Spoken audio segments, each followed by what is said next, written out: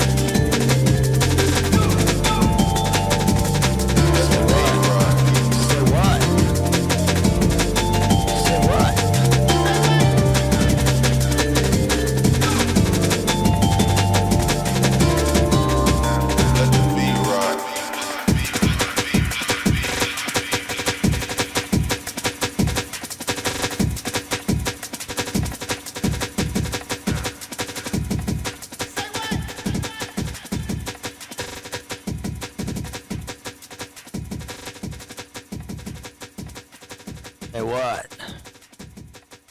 Say what? All right, y'all, give me a second here. A little bit more Rooks G.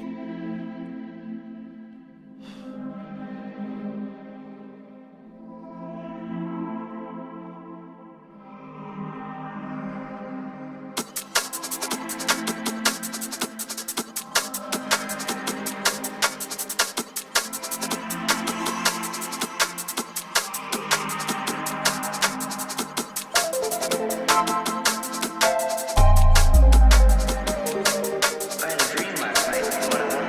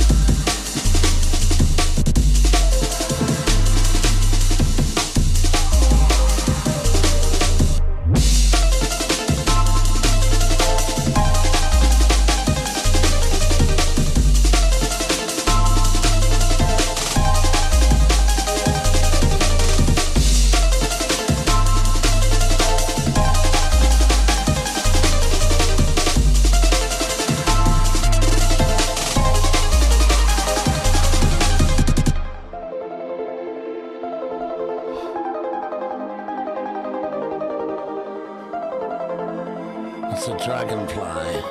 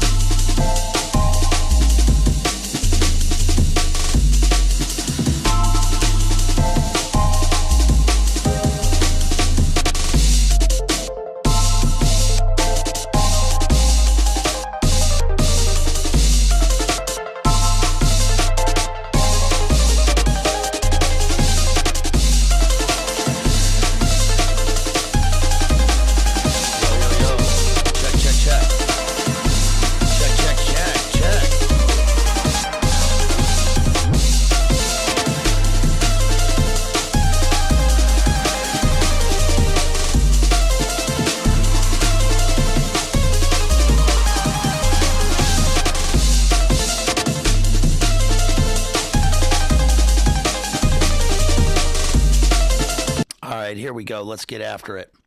What's up, y'all? What's going on? Tonight we're covering Heart of Darkness by Joseph Conrad, the 1899 novel. 1899, 1901. Tell me how my volume is because everything reset. So hopefully my volume levels are all right. Give me a thumbs up if you can hear me, if I'm good. Good to see everybody in the chat tonight. Let me know if I'm good, if my volume's good. We're covering Joseph Conrad's Heart of Darkness, and of course we'll be talking about Apocalypse Now by Francis Ford Coppola in the meantime, because it's an excellent adaptation, and it is probably I will say right off the bat, this is the best novel of the 20th century. We've covered James Joyce. James Joyce is typically 1 and 3 at the frying vocals. Are my vocals getting fried, or are they good? Are they good? Are they good? Too hot? Too hot? Yeah, I can't help it. Let's see. I'm gonna turn down the gain a little bit. Let's see. Let me turn down the volume just a little bit. Okay, and turn down the gain just a little bit. How am I now? Check. Okay, am I good? Is this good? Hopefully my volume's not getting fried. Hopefully it's good now. All right, so hopefully you can hear me. Hopefully I'm good, because everything reset. So I'll say right off the bat, thank you. Appreciate y'all. I'll say right off the bat that this is the best novel of the 20th century. And it really represents a confluence between, thank you, appreciate y'all. Thanks for helping me out there. This represents a confluence between the 19th and the 20th century, and it really is predictive of the 20th century. It's revelatory, it's relevant now, and it is at the sharpest edge of language of a novel, especially of the 20th century. Oftentimes, like I was saying, Joyce is put at 1 and 3 with Ulysses and Portrait of the Artist as a Young Man later on, and then Finnegan's Wake in there in the top 10. But this is so much different, and I think you're going to like this, because this novel is, I've read it, this was at least the 5th time reading just this copy of the book. The last time I read this copy was 2005, and I wrote the reading of this greatest of 20th century novels.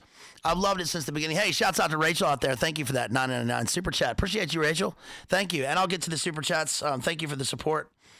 So, how do I dive into it? Well, Joseph Conrad, I'm not going to talk much about Conrad or his biography, because I think it is probably relevant to the story of Marlowe in the text. But I'm going to go with the Shakespearean notion here that it's irrelevant to know anything about the author, and it's all what's on the page, because this book will live. It lives now. It's a living book. It is certainly ensconced in the canon, and It is the story of first of all, it's a framed story. It's a story within a story. And we have a speaker who is narrating the book through the voice of Marlowe. So what we have at the very beginning is we have a guy who gets on a boat on the Thames, and they're about to set off downstream. And Marlowe, our protagonist, is one of the characters on the boat, and he's sitting in a Buddha position, and he proceeds to spool out this yarn that's eventually going to make its way upriver to Kurtz. And Colonel Kurtz, this is an amazing book because Kurtz is really the heart of darkness. He's the heart of the story, and form and content work together to produce meaning in this, because we are going along on the journey with Marlowe, and then we're in the voice of Marlowe, and then we're going upriver all the way to Kurtz. So it's interesting because Kurtz is at the font of the river, of the Congo River. It basically, these are colonials in the 19th century involved in a trading company. They're trading ivory, and they're making their way up to Mr. Kurtz. He's not Colonel Kurtz in this. Apocalypse Now does a fantastic job of an adaptation of this because it just transfers the relevance of colonial Africa to colonial French Indochina and the Vietnam War, in the 1960s. And one of the only differences in this is that Kurtz in the film is excellently played by Brando. A snail crawling along the edge of a straight razor. It's my dream. It's my nightmare. And Kurtz is a gigantic Judge Holden Blood Meridian type of character who's not only tall, but he's large. And in this, the difference is that Mr. Kurtz appears about 7 feet tall, but he's on a litter. He's sick, and he's on a litter. And just like in the movie, his soul is mad, right? His body is free. His soul is mad. He's 7 feet long, but he's more of a skeletal figure, which fits with the heart of darkness and the privation of Africa. But what's really great is that about the novel just beginning, before I get into it, is that it's really hard to get a grasp on the impact of the book. And Cormac McCarthy, I think, is probably a successor in many ways in terms of the language of the book, because his language is more sort of esoteric and almost Enochian. It's almost like, but Heart of Darkness is specifically written in a kind of a dream state, because Marlowe, it reflects how Marlowe tells the story. And Conrad, actually, I'll say one thing about Conrad. He did make a statement one time where he said that he wrote the book purposefully in this way, in the narrative style that he did, and with its diction, because he said there's no way to tell essentially what starts off as an adventure story and a yarn, amongst men on a boat, and tell the story of, you get to the guy at the river without gaining. You can't do that because it doesn't get the impact of what Kurtz represents. And what Kurtz represents is, simply said, with Conrad's statement through Marlowe in this, that he had something to say, he said it. So every professor, every teacher I ever had, when I first read the book in 10th grade English, and then I went on to, this was actually one of the final exam essay questions on the AP exam when I was in 11th grade, and basically the character about whom the book takes place, but who doesn't appear until the final parts of the book. And Kurtz really is only in the very end of the book, and it's a novella. It's very short. It was written, I'm not sure if it was serialized, but it was published by Lord Blackwood by this guy Blackwood in 1899. And of course, the end of the Victorian era is 1901. So Victoria lives 1837 to 1901, and Queen, as real John Connor pointed out to me today, today is the day that Queen Victoria died in 1901. So it's kind of apt that we're reading this. But this really is the quintessential novel of modernity. There's really no other novel, in my opinion, that captures the spirit of modernity and modernism post, at the way that the Victorian era has this river-like fluidity into the modern age, which will then result, of course, in the Great War. And this book really captures that. It captures the spirit of the entire colonial era, of the spirit of adventure, but also something much, much deeper and darker. And so my thesis for the book really is that Kurtz represents, he's not just a man, he is a man, and he does die in the novel, right? The horror. But he represents something much more than a man. He's kind of, in one way, he's a Nietzschean Übermensch, but he's also, he takes on something much more occult and much more esoteric. And really, what I noticed this go round when I read it again is the specificity of the spiritual language dealing with Kurtz, because Kurtz really is a giant of a man physically, but also spiritually, and he really is he's a kind of archon. He exists, he sort of materializes in this time and place. He's perfect for the time and place. He rules Africa, especially the Congo region where the book takes place, and all the people are drawn to him as they're drawn upriver, which doesn't seem to make sense, but they're drawn upriver to him as if he is emanating out to them. And so that's why I say McCarthy is a kind of a successor to this, because Judge Holden and Colonel Kurtz are kind of cut from the same cloth. They are both masters of everything that they touch. Kurtz is described as an excellent musician. He would have gone into politics. He's described as an extremist in an 1899 language. He's an extremist. He is a master of trade. What Kurtz does, and the reason that Marlowe keeps coming upon people who talk to him about him, they say you'll eventually come to Kurtz, is because Kurtz is an ivory trader par excellence. He actually sends more ivory downriver and then to the company in a single day than all the other people will do in a year. And this is because all of the natives and everyone around him worship him like he's some kind of spiritual entity. And so Marlowe becomes the keeper and his confidant and the keeper of his words and his language, because it's his words that really echo. There's another character in the book who says that Kurtz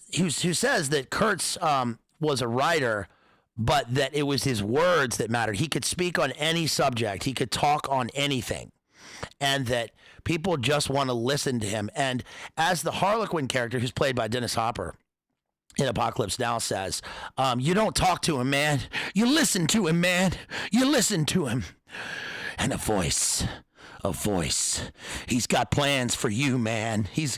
What is he gonna say? I was a wise man. I was a kind man. Bullshit, man. You. Right. In the book, he says you don't talk to the man. You listen to him. In Apocalypse Now, he says, he's gone away, man. He's gone away to be with his people. And there's a great line in Apocalypse Now that doesn't really have an echo in terms of the book, but it is nonetheless great. And this is Francis Ford Coppola's own, which is that the other day, do you know that I took his picture, man, and he said that he would kill me, and he meant it. And that's a profound statement. It's a profound statement, especially in the book, because there's one thing that Kurtz detests, and that is the stench of lies, and that's going to play a part in the last part of the book, which is amazing. It's a great climactic moment in the book in terms of lies and why Marlowe lies at the end to the lady who's called Kurtz's intended. So let's dive into it, and I just want to start off with this quote from page 71. It says, this initiated wraith from the back of capital N nowhere honored me with its amazing confidence before it vanished altogether. So right there, he's described as otherworldly. He's almost spectral. And also, it's made clear that Kurtz is a kind of Gnostic archon who takes the quote is that he took his high seat amongst the devils of the land. So this man is something more than human, and he is it's truly, we're going into the heart of darkness. I think that a lot of times when people try to discuss the book, they discuss it in terms of the colonial critique, as if Conrad is making a critique of Victorian era colonialism. Of course, this would be they're going into the Belgian Congo and Leopold II's territory, and I think that's fine. I think that's valid for people that can make that argument. But it's so much more than that. That doesn't get into the deep metaphysical meaning of what the book is. So the book starts off, and it says, the Nelly, that's the name of the boat, the Nelly, a cruising yawl, swung to her anchor without a flutter of the sails and was at rest. The flood had made, the wind was nearly calm, and being bound downriver, the only thing for it was to come to and wait for the turn of the tide. Now, this is interesting. It's obviously the first paragraph and the first sentences and the first words of the book are always supremely important, especially in a great work of literature. And it does have echoes of Moby Dick. Obviously, you can't read the book without thinking of Moby Dick. I've done an analysis of Moby Dick and how that also represents a kind of Gnostic allegory. But it's also interesting the diction here. Conrad, by the way, this was his third language. English was his third language. He was Polish. He was born in Russian territory in well, I guess what's now Ukraine, but he was Polish. His second language was French, and his third language was English. Now, that's important because the distance in terms of primary language to tertiary language, right, is also represented within the book in terms of we're the audience to the speaker in the book who's quoting Marlowe, who's quoting Kurtz. And that's going to give us a series of removals from Kurtz himself, just like the book begins in London and ends in Africa, or goes to Africa. It actually comes back home. But the meaning of this is that we are in a place listening to this in our bodily shell, and we're going to go outside. We're going to experience the true other. As Rimbaud says, I is an other. And Kurtz, it represents the true other. And another thing I'll mention is that in one of my descriptions, I noted that this is the sharpest language I think probably the sharpest use of language in 20th century prose. And the only exceptions in terms of it's much more than anything that the 19th century could accomplish. With all of the prose and the great literature of the 19th century, there's nothing that really comes close to this in terms of what became and what is now. And the only exceptions to that, I think, would be Coleridge and Rimbaud. And Rimbaud is interesting because Rimbaud is a French poet. Conrad's second language is French. That's about all I'm going to get into in terms of Conrad's biography. But in terms of Rimbaud's biography, Rimbaud, in many ways in his life, became Kurtz. Because if you don't know anything about the poet Arthur Rimbaud, 1854 to 1891, Rimbaud wrote Illuminations and A Season in Hell. Some say published A Season in Hell at age 21, but it's often he published it at 19. Self-published, and then he left, and he went on a series of sort of vagabond jaunts across Europe. He joined the Dutch Navy. He deserted in Java. He crossed the Italian Alps on foot, and eventually he made his way to Africa. And when he went to Africa, he the Sir Edward Bruce book that I talked about in one of the previous streams that I mentioned, Bruce and Rimbaud are two of the only European people that were seen in the interior of Africa. So Bruce went to discover the source of the Nile, and then Rimbaud goes off and becomes a gun runner in Abyssinia, and then goes to Aden and Harar. And in A Season in Hell, he talks about, I'll come back, I'll cross the mountains, I'll wear gold on my hips, on my belt. I'll be absolutely ruthless. And he dies at 36. He gets a cut on his knee somewhere in the volcanic rocks of Harar, and then eventually gets his knee amputated back in Roche and in France, and then eventually dies at age 37. But you can imagine that, I've always imagined that the Kurtz of the book is a kind of Rimbaud.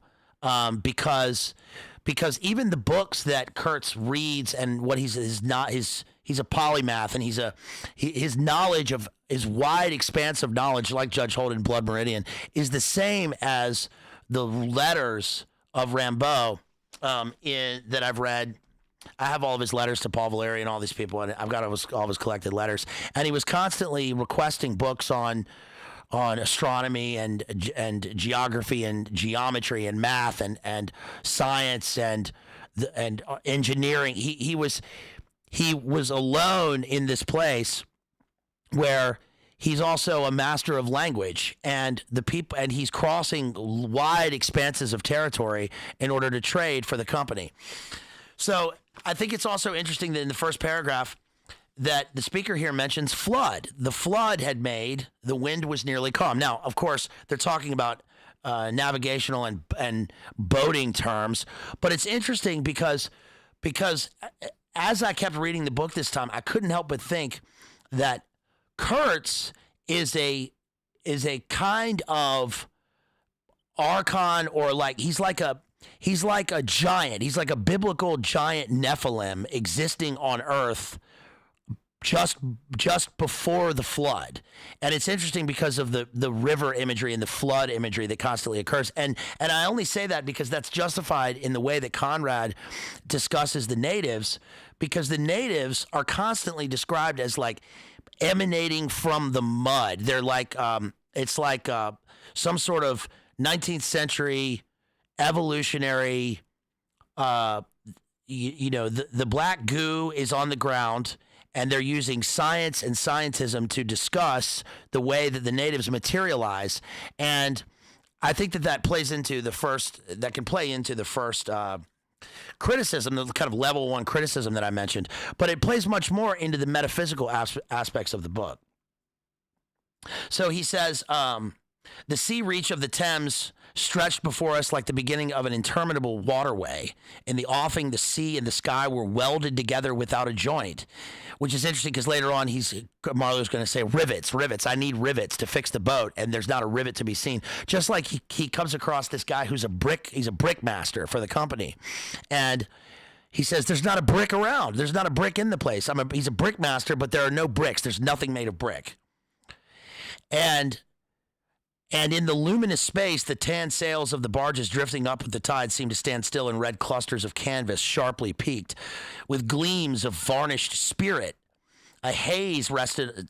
You notice the sort of metaphysical language, the puns. A haze resting on the low shores that ran out to the sea in vanishing flatness, as if Kurtz exists at the point where the sky and the sea meet. And we don't even know Kurtz yet. The air was dark above Gravesend, and farther back still seemed condensed into a mournful gloom, brooding motionless over the biggest and the greatest town on earth. Then he meets with the speaker meets with the director of companies. So this is a kind of East India Company, Virginia Company, sending people in the 19th century, sending out the members of the empire to be agents and to run the empire in the far-flung reaches of the earth. And a great book that deals with that, even though this is Belgian. It's a Belgian company, but he's leaving from England. A great book that deals with this is my favorite book dealing with this is Piers Brendan's The Decline and Fall of the British Empire. This is an excellent book. I'll just recommend this book if you're interested in British history and the decline and fall of the British Empire, 1781 to 1997, with the Hong Kong handover. This is an excellent read. It reads like a novel. It just trips along, and it's a fantastic book. So this book right here really deals with this stuff in an incredible way. Of course, I'll talk about T.S. Eliot and also a little bit of John Berryman later, and maybe even one of my own poems in here. But he says, we four affectionately watched his back as he stood in the bows looking to seaward. Then we are introduced to a number of sort of secondary characters. But then we get the description of Marlowe. And it says, Marlowe sat cross-legged right aft, leaning against the mizzenmast. He had sunken cheeks, a yellow complexion, a straight back, an ascetic aspect, and with his arms dropped, the palms and hands outward, resembled an idol. Really famous and evocative description of our protagonist here, because again, he's going to reflect Kurtz's sort of Eastern mystical power as an idol for the people that he encounters and rules over in Africa. He says, only the gloom to the west, brooding over the upper reaches, became more somber every minute, as if angered by the approach of the sun. And then what I did was I just started to notice, I was reading Beowulf today, and one of the things that it says at the first, in the first section of Beowulf is, after Beowulf kills Grendel, it talks about how the scop or shop, the skald, the bard, the poet, has been weaving a web of words. And of course, this is another thing that is inherent in great literature, because the words are going to repeat as if we are chugging along on this boat, on the steamship that's going to make its way to Africa. And the waves, there's a repetition of the waves. If this really is of a great example of, it's truly prose poetry. Even though it's a novella and it's a prose, kind of something masquerading as an adventure story, it really, if it were verse, then it would make sense for it to be iambic, even though we're in modernity and we're sort of post-iambic pentameter. But it makes sense with the repetition of the language in sort of waves, because he repeats brooding and gloom a number of times over the next 2 pages. And he says that when he's describing leaving, he says, forthwith a change came over the waters, and the serenity became less brilliant but more profound. The old river in its broad reach rested unruffled at the decline of day, after ages of good service done to the race that peopled its banks, spread out in the tranquil dignity of a waterway leading to the uttermost ends of the earth. So they're leaving the empire. They're going into the far reaches of the empire. We looked at the venerable stream, not in the vivid flush of a short day that comes and departs forever, but in the august light of abiding memories. And indeed, nothing is easier for a man who has, as the phrase goes, followed the sea with reverence and affection, than to evoke the great spirit of the past upon the lower reaches of the Thames. Again, we get the repetition of spirit, right? Because it's the metaphysical aspects of Heart of Darkness that are truly important. As if, again, we look at the sea imagery is great, because we look at the level surface of the water, and above that we see, for instance, like with the iceberg, right, with Titanic, we look and we see the peaks of the caps of the iceberg above the water, and so we get the literal meanings of words and phrases. We're looking at the first level of definitions of things that appear to us in a denotative sense. But when we look at connotations, and we start to look into the figurative use of language, we see with symbolism and with the true meaning of the work that the iceberg is much, much bigger under the surface of the water, so we get subtext. He says, the tidal current runs to and fro in its unceasing service, crowded with memories of men and ships that had borne to the rest of home or to the battles of the sea. It had known and served all men of whom the nation is proud, from Sir Francis Drake to Sir John Franklin, knights all, titled and untitled. Interesting, because Conrad denied the knighthood. He turned it down. The great knights errant of the sea. It had borne all the ships whose names are like jewels flashing in the night of time. From the Golden Hind, returning with her round flanks full of treasure to be visited by the Queen's Highness and thus pass out of the gigantic tale, to the Erebus and Terror, bound on other conquests and that never returned. He talks about the East India Trading Company and bearing the sword and often the torch, messengers of the night, of the might within the land, bearers of a spark from the sacred fire. What greatness had not floated on the ebb of that river into the mystery of an unknown earth, the dreams of men, the seed of commonwealths, the germs of empires. So surely we are on the cusp of a magnificent journey, but its magnificence is not what we think. This isn't going to be the adventure story of Sir Francis Drake and the privateers, right? Or Admiral Nelson. This is going to be something where it's more Miltonian.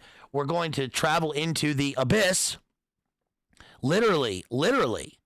He says this later, literally. We're going to travel into the abyss and watch for the glittering, shimmering darkness of the precipice. And so he's literally what the speaker's doing here is, and Marlowe, they're traveling across the abyss of the ocean into a further abyss, as if this is into Milton's the Miltonian pandemonium. Again, brooding gloom in the dark places of the earth. And this also, said Marlowe suddenly, has been one of the dark places of the earth. He says, he was the only man of us who still followed the sea, the speaker says. The worst that could be said of him was that he did not represent his class. He was a seaman, but he was a wanderer too, while most seamen lead, if one may so express it, a sedentary life. Their minds are of the stay-at-home order, and their home is always with them, the ship, and so is their country, the sea. One ship is very much like another, and the sea is always the same. In the immutability of their surroundings, the foreign shores, the foreign faces, the changing immensity of life glide past, veiled not by the sense of mystery, but by slightly disdainful ignorance. For there's nothing mysterious to a seaman unless it be the sea itself, which is the mistress of his existence and is as unscrutable as destiny. I can't help but think about the other Anglo-Saxon poem, The Seafarer, both The Seafarer and The Wanderer.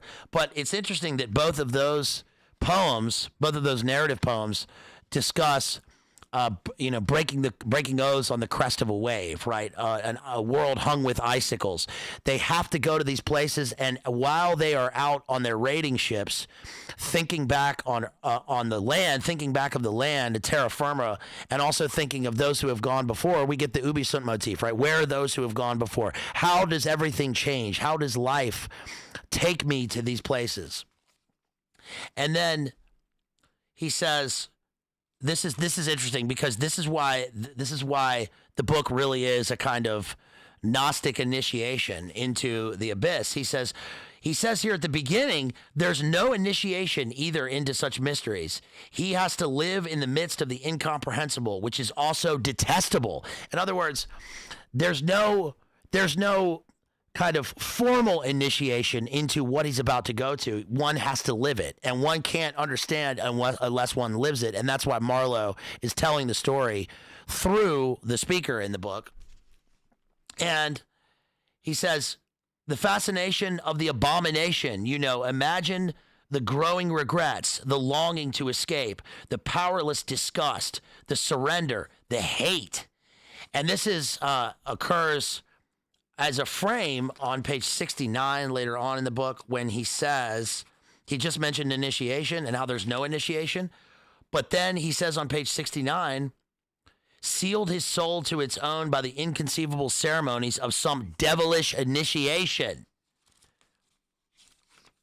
So this is much more than just an adventure story, or masquerading as an adventure story, or a colonial critique, or a work of modernity. This is something wholeheartedly other. This is something completely different. And again, the removal of language, the removal of the speakers, the frame story, the story within the story, and all these elements of finally coming to Kurtz are all aspects of a kind of initiation where we're living this experience along with the speaker. And where we won't know until we get there. We won't know until we get there. And the language is a dream language. It's not a dream language as in like a surrealist dream language. It's a language that you would hear in a nightmare and be unable to put words to it, which is why at the climax of the book, really this is like the true climax of the book, when he says he was a man who had something to say and he said it. So then we get, mind, he began lifting one arm from the elbow, the palm of the hand outwards, so that with his legs before him, he had the pose of a Buddha preaching in European clothes and without a lotus flower. This is the second instance of describing him as a kind of idol. Mind, none of us would feel exactly like this. What saves us is efficiency, the devotion to efficiency. But these chaps were not much account, really. There were no colonists. And their administration was merely a squeeze and nothing more, I suspect. They were conquerors, and for that, you want only brute force. Nothing to boast of when you have it, since your strength is just an accident arising from the weakness of others. They grabbed what they could get for the sake of what was to be got. It was just robbery with violence, aggravated murder on a grand scale, and men going at it blind, as is very proper for those who tackle a darkness. The conquest of the earth which mostly means the taking it away from those who have a different complexion or slightly flatter noses than ourselves, is not a pretty thing when you look into it too much. What redeems is the idea only, an idea at the back of it, not a sentimental pretense, but an idea and an unselfish belief in the idea, something you could set up and bow down before and offer a sacrifice to.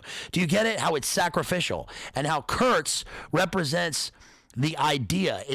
This is what T.S. Eliot, when it talks about, when he says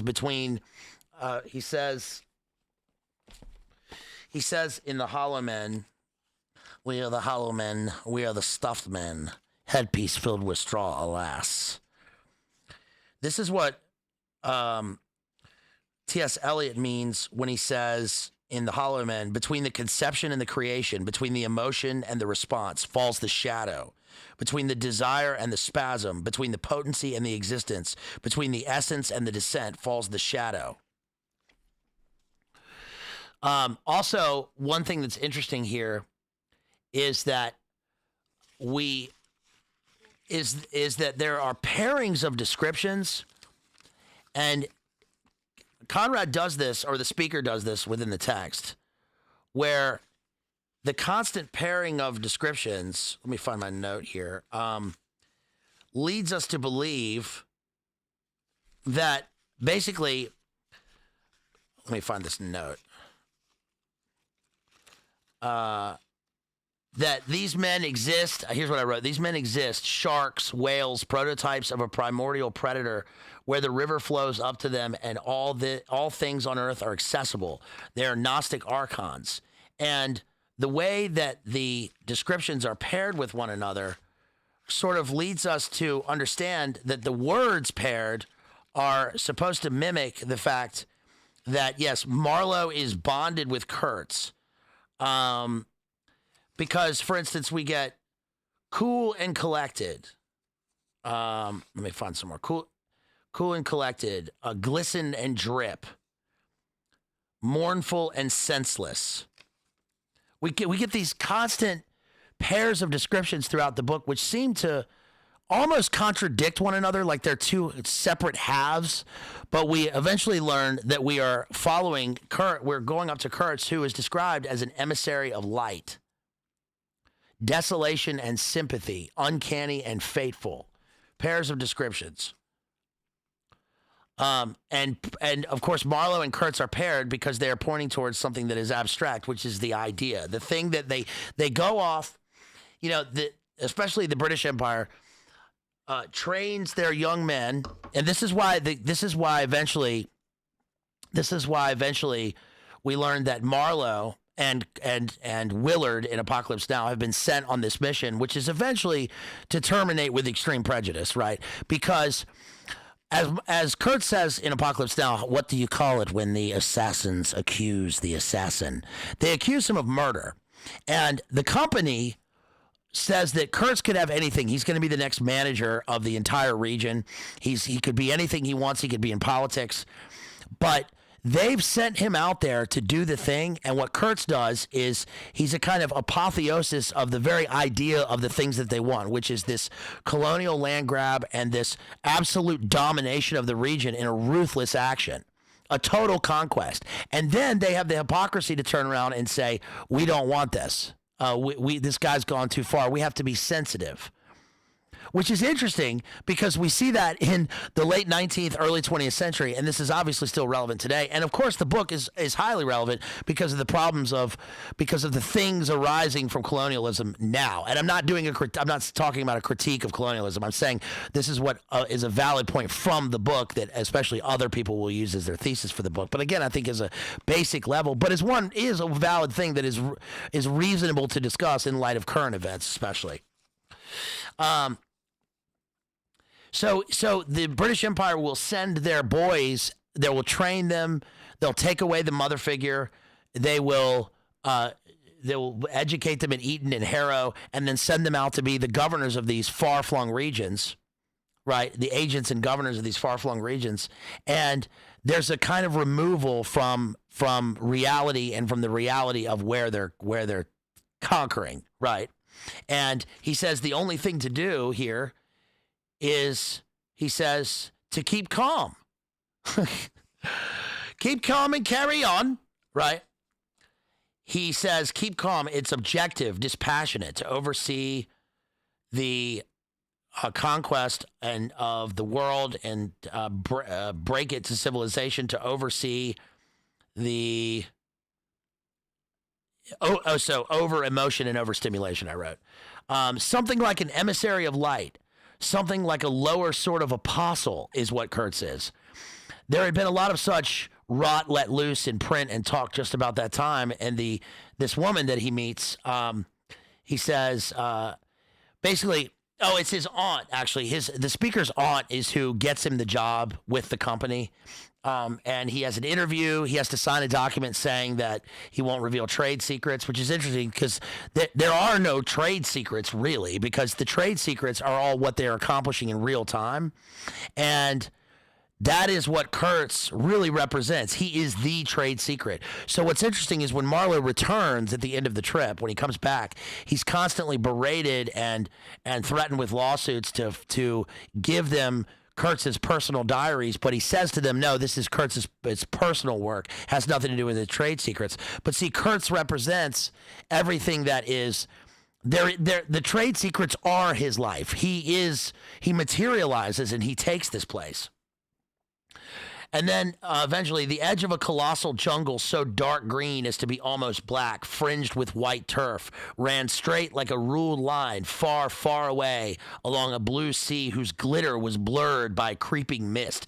Fucking beautiful language, dude. Conrad is insane in terms of his language. He it's like he speaks in a kind of dream state, noetic realm, nightmare language, straight into your Neuralink.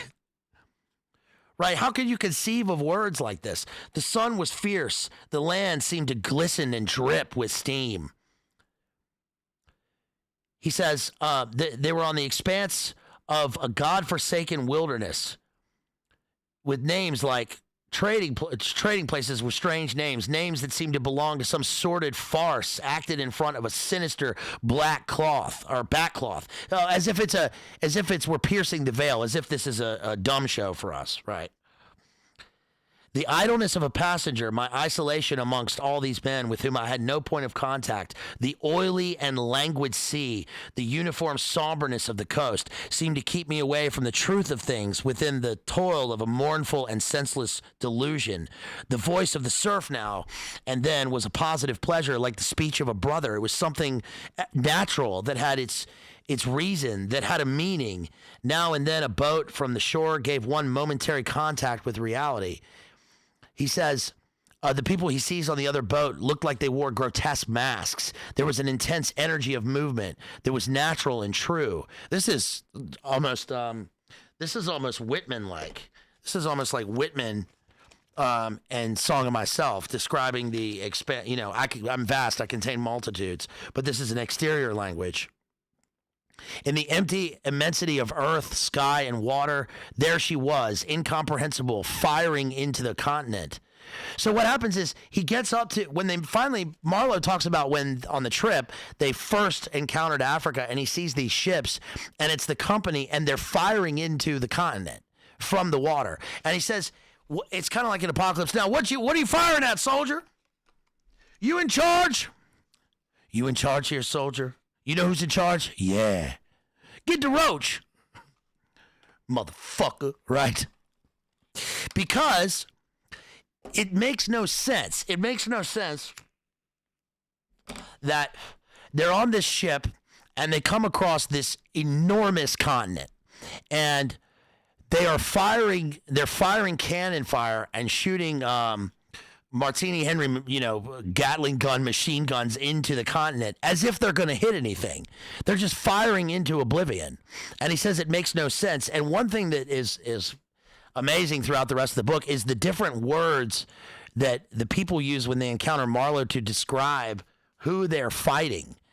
And they're described as enemies, as agents, as invaders, all these things.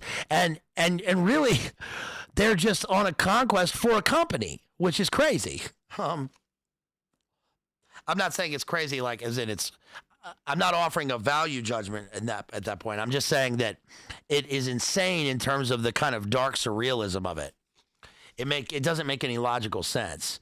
Nothing could happen, he says. There was a touch of insanity in the proceeding, a sense of lugubrious drollery in the sight, and it was not dissipated by somebody on board assuring me earnestly there was a camp of natives. He called them enemies! Exclamation mark. Hidden out of sight somewhere.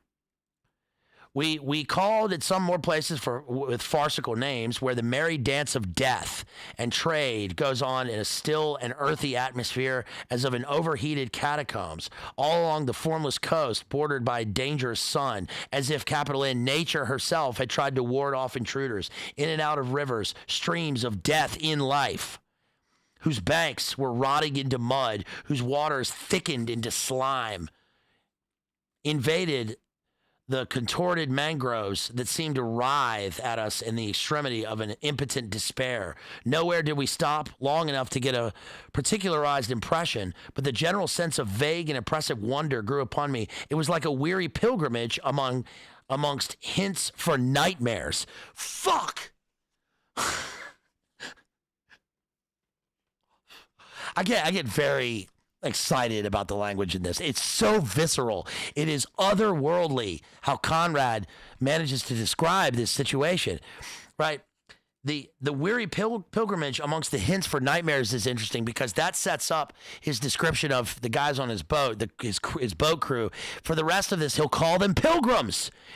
So how can one look at the book and not see that we are on a metaphysical pilgrimage to a dark archon at the source of the river, right? It is spiritual in terms of its terms.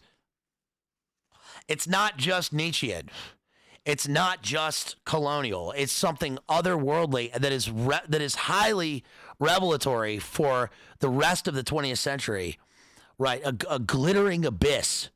And that has led right up to now, to the nexus point of now. That's why I called the stream in extremis, because in extremis is like the point of death. You are at the extreme point of death. You are at the extreme point of life in death, and you're also in the other place. You're in an unimaginable other that is beyond just a temporal place, but it is something metaphysical and dark. Then we come across this guy that Marlowe describes, and he says, yeah, the guy says basically, right, I mean, he's Dutch, but I'll use an English accent. He says, you're right, I sent a guy ahead of you a long time. You know, there was a guy who preceded you. The other day, I took a man who hanged himself on the road. He was a Swede, too. Hanged himself? Why in God's name? I cried. He kept on looking out watchfully. Who knows? The sun, too much for him. Or the country, perhaps. Right, which is what the captain says to Willard, right? Took a guy just like you, heard he shot himself in the head. And that, of course, is going to be Colby in Apocalypse Now. And there are people that are like that. But they go to the outer extremes, to the extreme point where the sky meets the sea in the point of darkness, in the abyss. And they never return. They don't. The company doesn't even count on the people returning from this place. So again, on those few pages, we got the dance macabre, the catacombs, the streams of death in life. How paradoxical, right? How true. And then the weary pilgrimage amongst hints for nightmares. So again, metaphysical language. I've seen the devil. This is page 13 of the book. I've seen the devil of violence and the devil of greed and the devil of hot desire. But by all the stars, they were strong, lusty, red-eyed devils that swayed and drove men. Men, I tell you. But as I stood on this hillside, I foresaw that in the blinding sunshine of that land, I would become acquainted with a flabby, pretending, weak-eyed devil of a rapacious and pitiless folly. How insidious he could be, too. I was only to find out several months later and 1,000 miles farther. So here he's describing not Kurtz. He's describing the company. He's actually describing the capital C company that the globalist, proto-globalist company that sends these people out to do these missions. Shouts out to everybody in the chat. Hey, please make sure that you give the chat, that you give the stream a like, share it. I would appreciate it. Also, you can send in those super chats. You can send them in through the links right there. You can send a super chat, but I appreciate the direct links, and I will read those as we go on. Now we get the first mention of charm on page 25, which is interesting because guess what Kurtz is going to quote later on in the book? Guess. If there's one thing I always talk about in these streams, and I'm constantly alluding to, what do you think is the one work? Somebody in chat, tell me, what do you think is the one work that he's going to quote? The one work, the entire channel started with this work. And I thought it was amazing that he quotes it. He actually quotes my favorite line in the work. I'd totally forgotten that. Yeah, grab a channel membership, yes. But we get the first mention of charm. That's your hint if you remember the quote.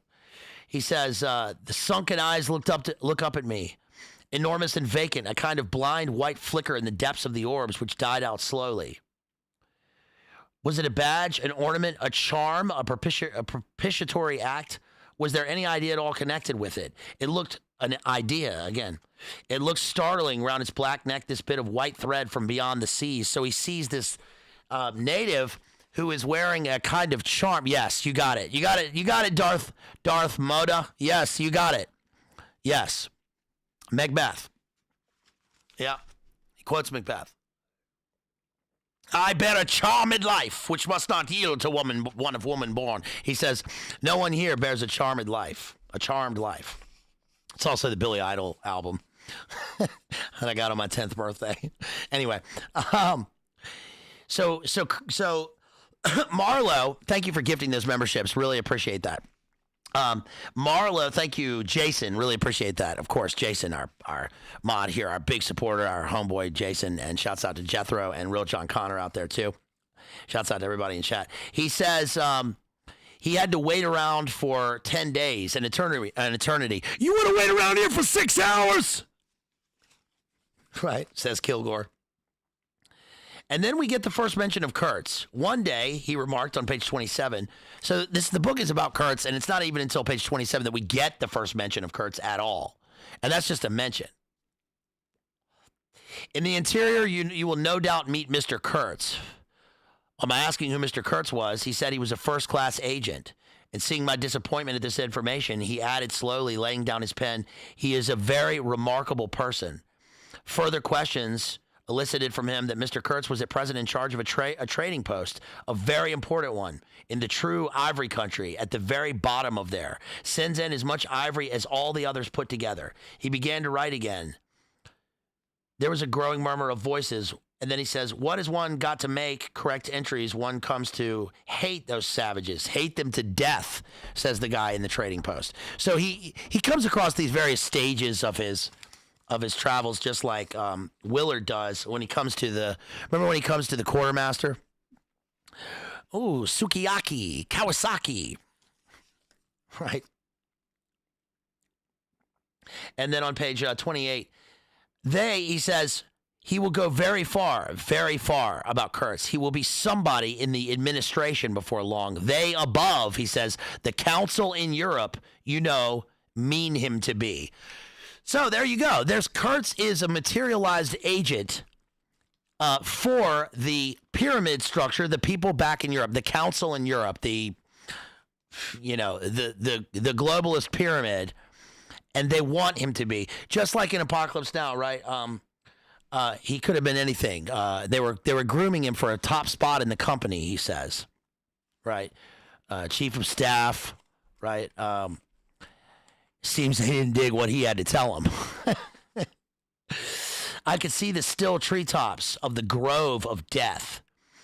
No use telling you much about that. Paths everywhere. A stamped-in network of paths spreading over the empty land, through long grass, through burnt grass, through thickets, down and up chilly ravines, up and down stony hills ablaze with heat, and a solitude, nobody, not a hut.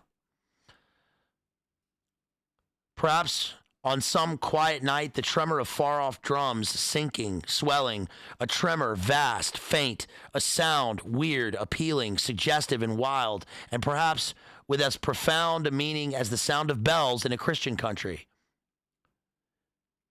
And then he comes across a guy with a bullet hole in his forehead. Heard he shot himself in the head. Why did you come here? Marlowe asks. To make money, of course. What do you think? Now, it's interesting that Conrad calls his protagonist Marlowe. I suppose this is a reference to Kit Marlowe, whom we've covered with Dr. Faustus, as if he is going upriver towards where a guy has eaten of the tree of knowledge of good and evil and is ruling over the earth, archon style, just before the flood, right? And Marlowe, of course, is going to taste of all of this knowledge, and he's going to be the entrusted keeper of such, but not before losing his soul in the meantime, because it's too much. You can't go out into space, man. You can't go out into space. What are they going to land on? 1/4, 2/5, man? That's dialectic physics, man. Dialectic logic says you either love somebody or you hate them, man. You mutt. Mutt. He says, men who come out here should have no entrails.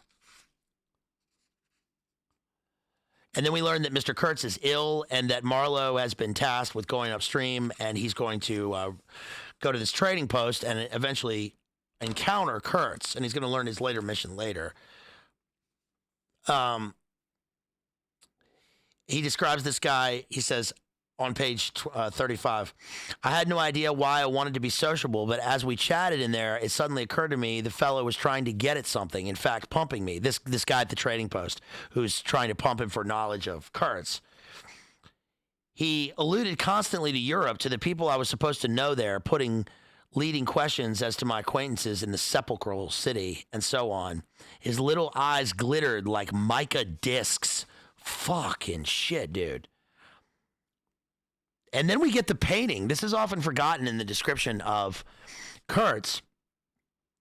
He says, then I noticed a small sketch in oils on a panel representing a woman draped and blindfolded, carrying a lighted torch. The background was somber, almost black. The movement of the woman was stately, and the effect of the torchlight on the face was sinister. And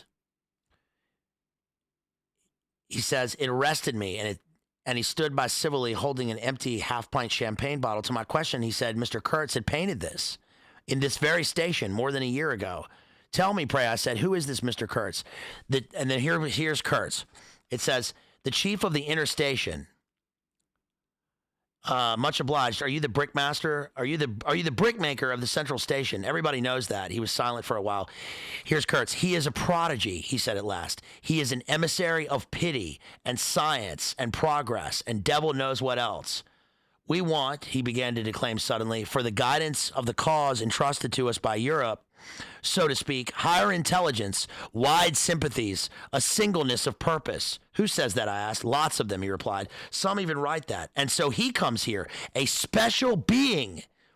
And as you ought to know, why ought I know? I interrupted, really surprised. He paid no attention. Yes, today he is chief of the best station. Next year he'll be assistant manager, 2 years more, but I dare say you know what he will be in 2 years. You were the new gang, the gang of virtue. The same people who sent him specially also recommended you. Oh, don't say no. I have my own eyes to trust. Do you read the company's confidential correspondence?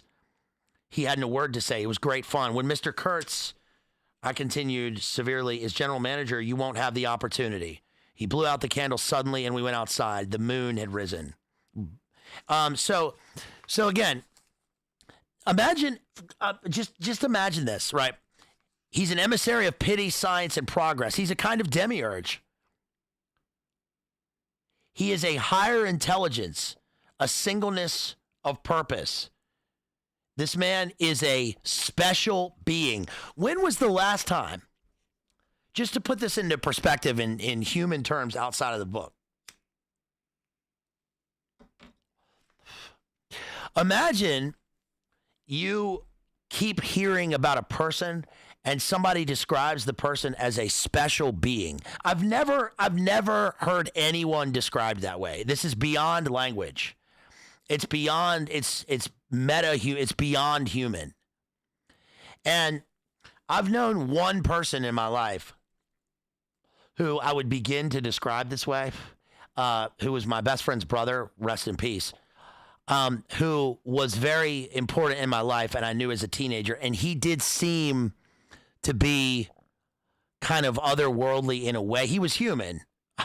Obviously, he was very human. But he seemed to have this charisma, this X factor, this way with words, this guy, my friend's brother, he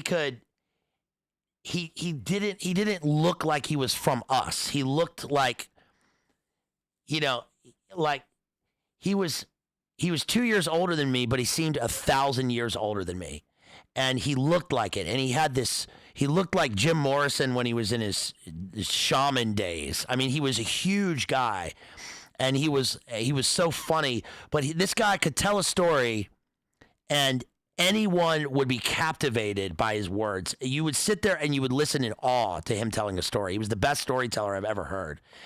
And he could just make people do things that he wanted just by talking to them. It was hypnotic in a way.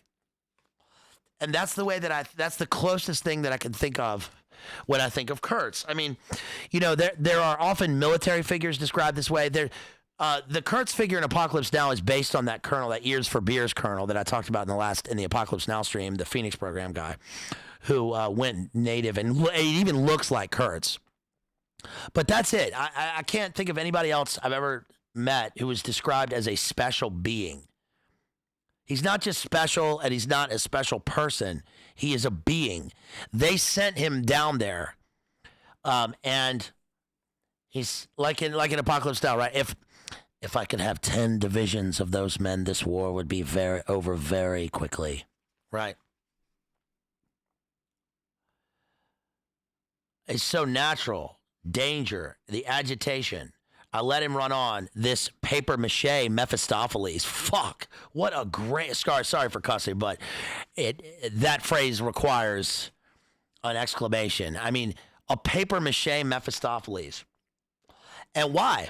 Because Marlowe and Faust. Mephistopheles, now hast thou but one bare hour to live. And then I must be swallowed up into the earth, he says. I'm sort of paraphrasing there in his final soliloquy, but it's amazing, right? The guy he's listening to is a kind of an emissary of the emissary. On page 38, he says, you can see through a somber gap, glittering, is it flowed broadly by without a murmur. All this was great, expectant, mute. While the man jabbered about himself, I felt how confoundedly big was that thing that couldn't talk and perhaps was as deaf as well. I'd heard Mr. Kurtz was in there. I'd heard enough about it too, God knows. Yet somehow it didn't bring any image with it, no more than if I'd been told an angel or a fiend was... Here you go. He hears about him as if he's an angel or a fiend. I believed it in the same way one of you might believe there are inhabitants in the planet Mars. I knew once a Scotch sailmaker who was dead sure that there was people on Mars. If you asked him for some idea how they looked and behaved, he would get shy and mutter something about walking on all fours. If you as much as smiled, he would, though a man of 60, offer to fight you. I would not have gone so far as to fight for Kurtz, but I was for him near enough to a lie. I hate, detest, and can't bear a lie. Not because I'm straighter than the rest of us, but simply because it appalls me. There is a taint of death, a flavor of mortality in lies, which is exactly what I hate and detest in the world, what I want to forget. It makes me miserable and sick, like biting something rotten would do, like biting an apple. Temperament, I suppose. Well, I went near enough to it by letting the young fool there believe anything he liked to imagine. As to my influence in Europe, this simply because I had a notion it somehow would be of help to that Kurtz, whom at the time I did not see, you understand. He was just a word for me. I did not see the man in the name any more than you do. Do you see him? Do you see the story? Do you see anything? It seems to me I'm trying to tell you a dream. making a vain attempt because no relation of a dream can convey the dream sensation, that commingling of absurdity, surprise, and bewilderment in a tremor of struggling revolt, that notion of being captured by the incredible, which is the very essence of dreams. He was silent for a while. No, it's impossible. It is impossible to convey the life sensation of any given epoch of one's existence, that which makes its truth, its meaning, its subtle and penetrating essence. It is impossible. We live as we dream alone. I can't recommend this book to you more than if I am trying to do one thing, it's hard to describe the book because Marlowe can't even describe what the experience was. And the word experience doesn't even get it. This is something on another plane. That's actually that's what Conrad said. Conrad said in that interview that talking to Kurtz or listening to him would be on another plane of existence. So how can you describe the book? How can you describe the experience of reading the book? Notice that everything he says in those lines, he runs on in a series of abstractions because he has nothing concrete to which to compare it. This is the greatest work of prose of the 20th century. It is so beyond descriptive words to convey because we're on the trip with the nameless speaker listening to Marlowe recount Kurtz. It's through a series of removals. Right? Do you see the story? Do you see it? Do you see anything? Eventually when he has left Kurtz, he'll describe him as a kind of a disembodied voice. He's not even a picture in his mind. He's a voice, right? A voice. The man, he reads poetry out loud, man.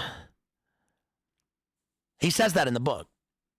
Even his own poems. He reads his own poems out loud. He is a poet warrior in the classic sense, which is the tagline to this entire channel, right? Except a classical. I changed it to classical. Because he's a kind of dream of Scipio recounted through a past life of Patton. It had become so pitch dark that we listeners could hardly see one another. I listened on the watch for the sentence, for the word that would give me the clue to the faint uneasiness inspired by this narrative that seemed to shape itself without human lips in the heavy night air of the river. Here's the speaker, the first person speaker. Yet I let him run on, and Marlowe began again. It's impossible for words to describe what horror is. Horror. Horror has a face and a name. You must make a friend of horror. Horror and moral terror are our friends. If not, they are enemies. They are truly enemies to be feared, he says in Apocalypse Now. Mr. Kurtz was a universal genius, but even a genius would find it easier to work with adequate tools in intelligent men. He did not make bricks. Why? There was a physical impossibility in the way, as I was well aware. Did I see it? I saw it. What more did I want? What I really wanted was rivets.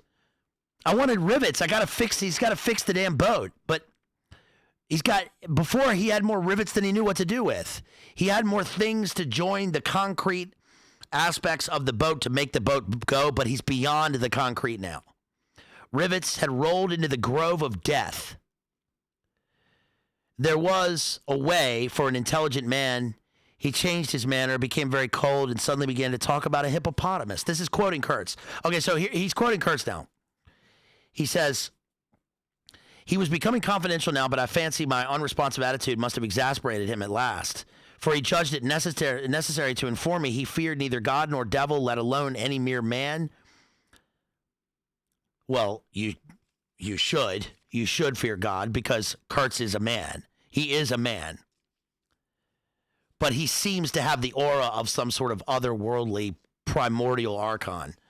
I said I could see that very well, but what I wanted was a certain quantity of rivets, and rivets was what really Mr. Kurtz wanted if he had only known it. Now letters went to the coast every week. My dear sir, this is Kurtz's letters. I write from dictation. I demanded rivets.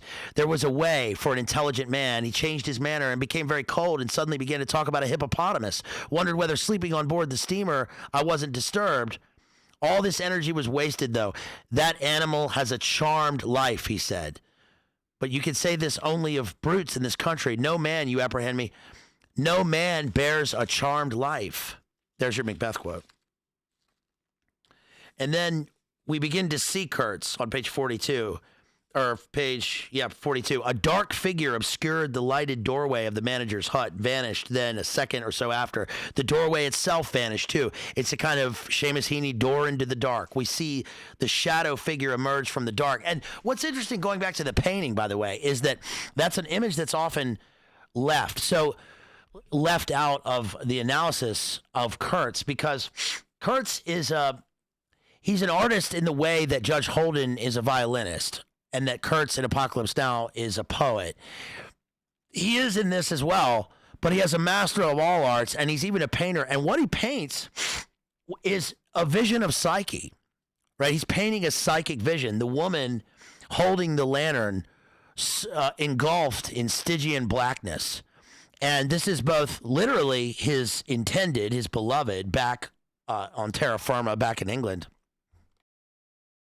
but also a vision of his own psychic self and of his kind of muse that exists in this other plane.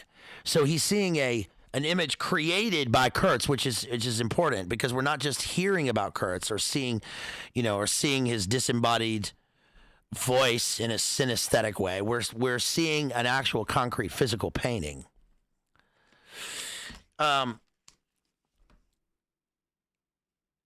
He says, instead of rivets, there came an invasion, an infliction, a visitation. He starts to have these dreams. And then he comes across the El Dorado exploring expedition. And they were sworn to secrecy. It was reckless without hardihood. Again, reckless without hardihood is a kind of T.S. Eliot, Holloman phrase here. Greedy without audacity and cruel without courage. There was not an atom of foresight or of serious intention in the whole bunch of them, and they did not seem aware that these things are wanted for the work of the world. To tear treasure out of the bowels of the land was their desire, with no more moral purpose at the back of it than there is in burglars breaking into a safe. Who paid the expenses of the noble enterprise? I don't know, but the uncle of our manager was leader of the lot, though. In exterior, he resembled a butcher in a poor neighborhood, and his eyes had a look of sleepy cunning. One's capacity for that kind of folly is more limited than you would suppose. I had plenty of time for meditation, and now and then I would give some thought to Kurtz. I was curious to see whether this man, who had come out equipped with moral ideas of some sort, would climb to the top after all, and how he would set about his work when there. And this is very Blood Meridian. Remember the image at the last image in Blood Meridian is Judge Holden dancing across the kind of hellish plains of the West, digging holes in the ground, sparking fires. Just like this El Dorado gang is bringing the elements out of the earth in the other place.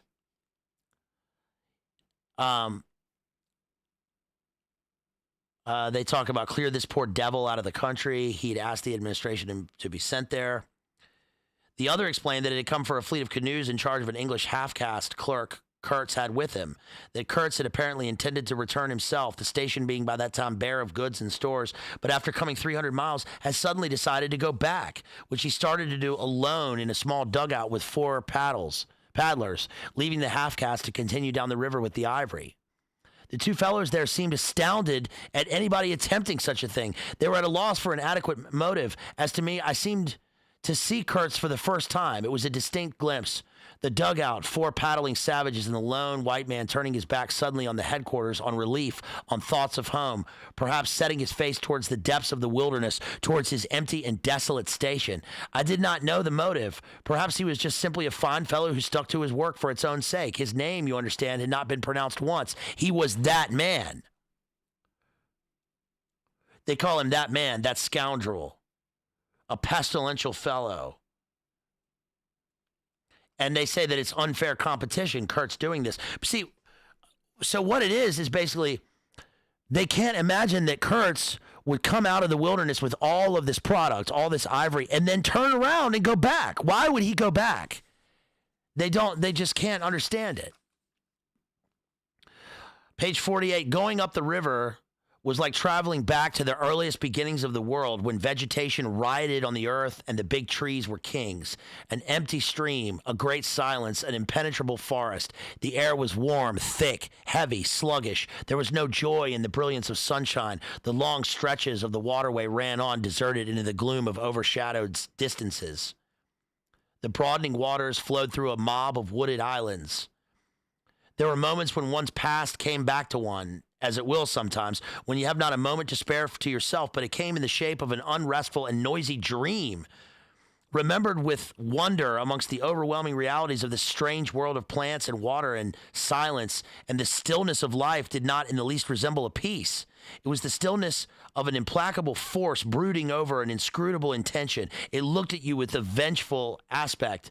I got used to it afterwards. I did not see it anymore. I had no time.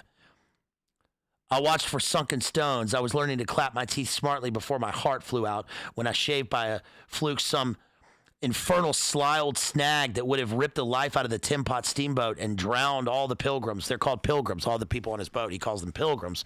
And he says, when you have to attend to things of that sort, to the mere incidents of the surface, the reality, I tell you, fades.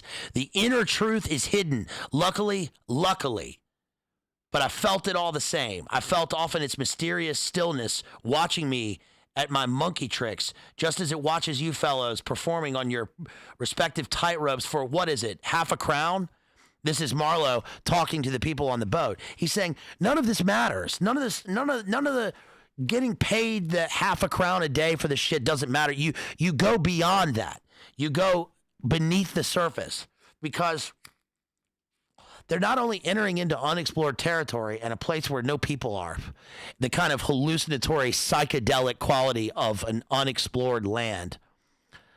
Right. There's no civilization. It's just riotous nature. And this is why Kurtz being upriver exists in a kind of, the way Conrad describes this is, I imagine the expulsion from the Garden of Eden and primordial, original earth in all of it's pure, but it's post-fall. Does that make sense? And that's where Kurtz resides, is this giant special being where Marlowe has to make his supplication. It's truly a kind of quasi-mystical book. He says, listen to the language of the initiation here.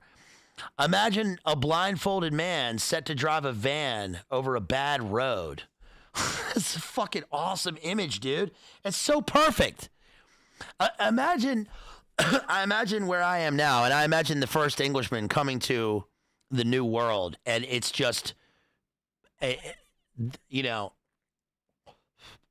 people have never been here. They have never been here. They've never set foot here. They've never walked 1 inch into the wilderness.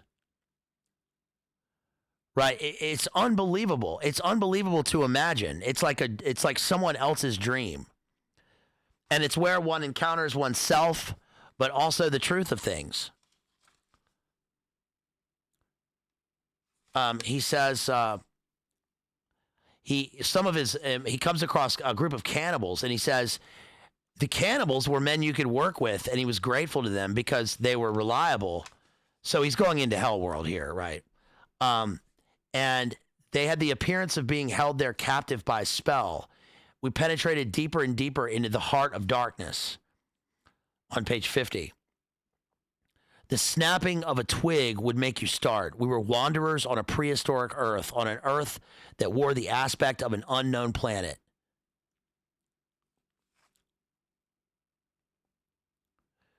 He says, it was unearthly, and the men were, no, they were not inhuman. Well, you know, that was the worst of it. Their suspicion of their not being inhuman, because they're very human, these cannibals. I wrote, we are accustomed to look upon the shackled form of a conquered monster, but there you could look at the thing monstrous and free. It's a kind of Leviathan Earth. The mind of man is capable of anything because everything is in it, all the past as well as all the future. It's like Whitman, right? I'm large, I contain multitudes. What was there, after all, is joy, fear, sorrow, devotion, valor, rage. Who can tell? But truth stripped of its cloak of time. Let the fool gape and shudder. The man knows and can look on without a wink, but he must at least be as much of a man as those on the shore. He must meet the truth with his own true stuff, with his own inborn strength. Principles won't do. Acquisitions, clothes, pretty rags that would fly off at the first good shake. No, you want a deliberate belief. An appeal to me in this fiendish row is there. Well, very well, I admit, but I have a voice too, and for good or evil, mine is the speech that cannot be silenced. He's an initiate. I mean, this is for all of the books that we discuss here, and that I talk about as a kind of almost Masonic initiation into a Gnostic allegory.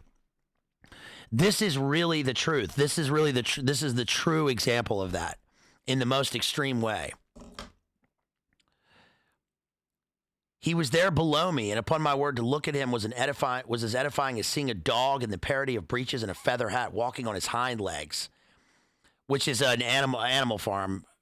Animal Farm seems to come straight out of this. A thrall to a strange witchcraft. That should be the water and that transparent thing disappear. The evil spirit inside the boiler would get angry through the greatness of the thirst and take a terrible vengeance. So now he's got to keep. Oh, and the next page, we get really a Rimbaud image here. Rimbaud ordering his books in Aden and Harar. A singleness, not a. So Marlowe comes across this station, and he finds deserted station along the Congo River.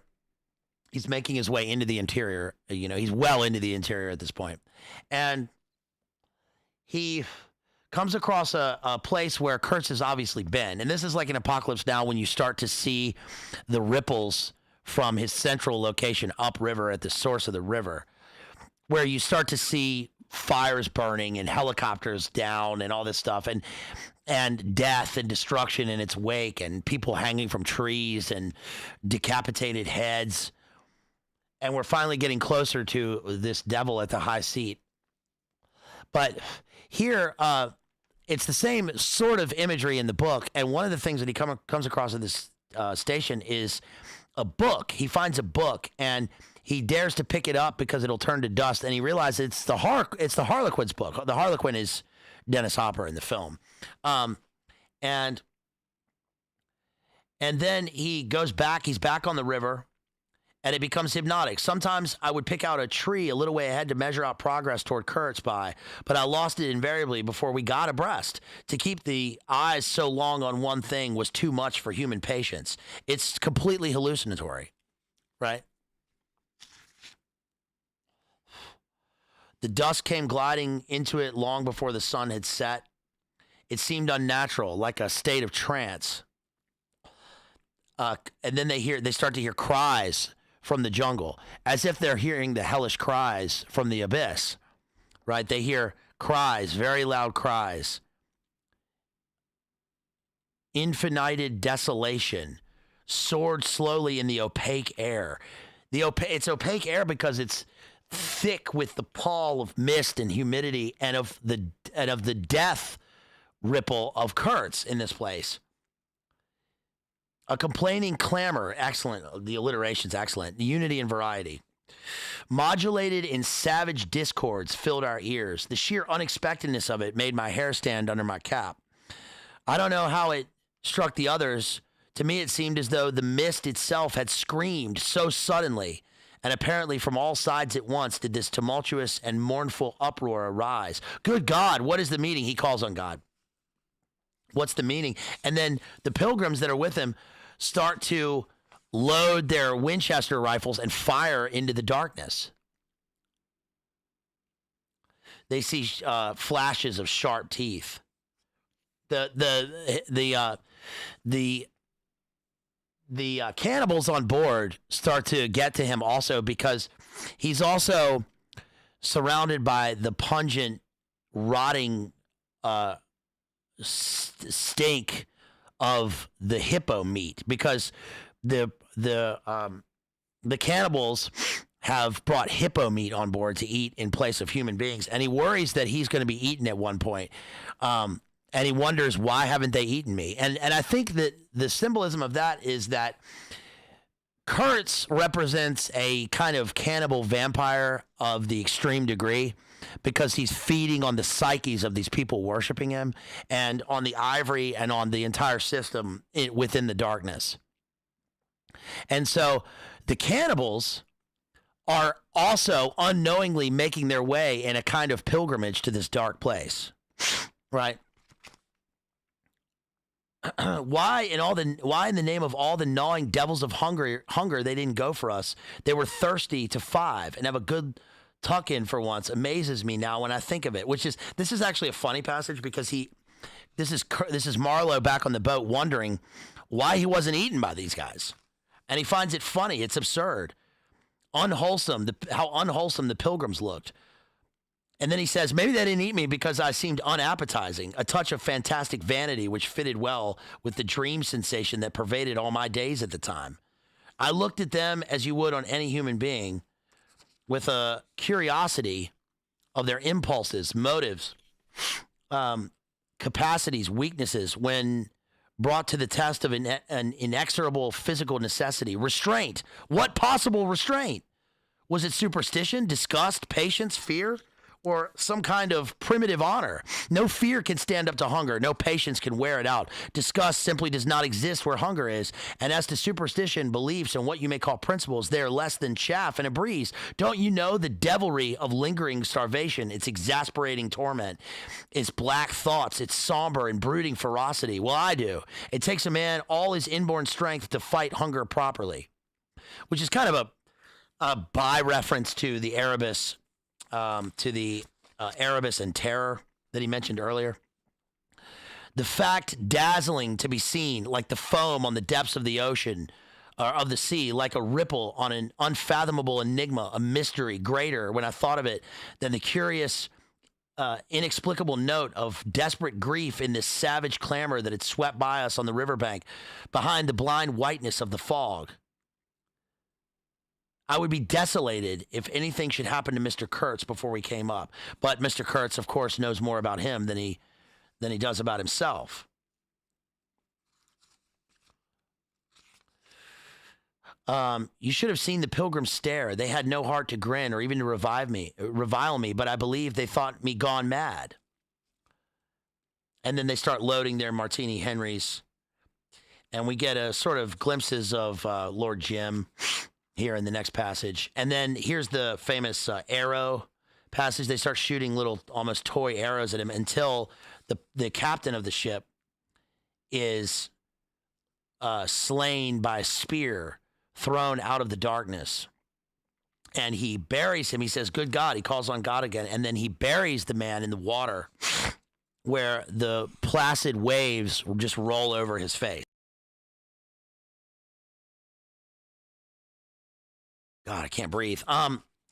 He says, now back to Kurtz on page 67. The man presented himself as a voice. The point was in his being a gifted creature, and that all his gifts, the one that stood out preeminently, that carried with it a sense of real presence was his ability to talk, his words, the gift of expression, the bewildering, the illuminating, illuminate confirm, the most exalted and the most contemptible, the pulsating stream of light, or the deceitful flow from the heart of an impenetrable darkness. The other shoe, he loses his shoe, and his other shoe goes flying under the devil god of that river. And then he said, good Lord. So he calls on God again. And then here we go with the voice. Page 68 to 69.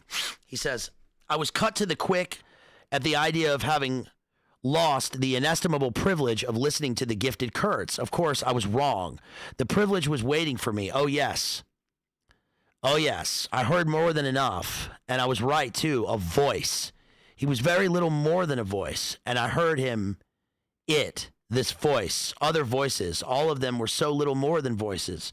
And the memory of that time itself lingers around me, impalpable, like a dying vibration of one immense jabber, silly, atrocious, sordid, savage, or simply mean without any kind of sense. Voices, voices. Even the girl herself, now. So now we're pushed into the future where Marlowe has, by telling this story, come to the conclusion of the story, right? Because it's a framed story. So at this point, he's on the ship and he's talking to the speaker who's recounting the story to us. And he can hear the voice of Kurtz's intended, who he meets at the end. But this is Ordo ab Caio, isn't it? He says, I laid the ghosts of his gifts at last with a lie. Because Marlowe says there's nothing more he detests than the stench of lies. He wants absolute truth, no matter how terrifying or terrible or full of terror or awesome. And that's going to lead him to Kurtz. And then what's going to happen in the end of the book, remember, if you've read the book, you know that Marlowe will betray Kurtz in one specific instance. And by doing that, he betrays himself. And that is by telling a lie. The wilderness had patted him on the head, Kurtz. And behold, it was like a ball, an ivory ball. It had caressed him, and lo, he had withered. It had taken him, loved him, embraced him, got into his veins, consumed his flesh, and sealed his soul to its own by the inconceivable ceremonies of some devilish initiation. That vindicates my thesis, right? Which is the initiatory aspects of the book and how he is going into a metaphysical territory visiting this archon. Because he starts to hear that Kurtz is dying. And then he starts to get a glimpse of Kurtz's voice through his words, because he picks up parcels and hears words of other people talking about him. Just like in Apocalypse Now, they cleverly have his voice recordings. Remember, Kurtz has a dictaphone, so he's dictating all these messages. Seems they didn't dig what he had to tell him, man, right? And everything belonged to him. My ivory, my station, my river, everything belonged to him, he repeats. The thing was to know what he belonged to, how many powers of darkness claimed him for their own. This was the reflection that made you creepy all over. It was impossible. It's interesting that one of Rimbaud's sections in A Season in Hell, which is the journey into the heart of darkness, is called The Impossible. It was impossible. It was not good for one either. Trying to imagine. He had taken a high seat amongst the devils of the land. I mean, literally. What more do you need if you're reading this book? He literally says, I mean, literally. He had taken a high seat amongst the devils of the land. I mean, literally. Right?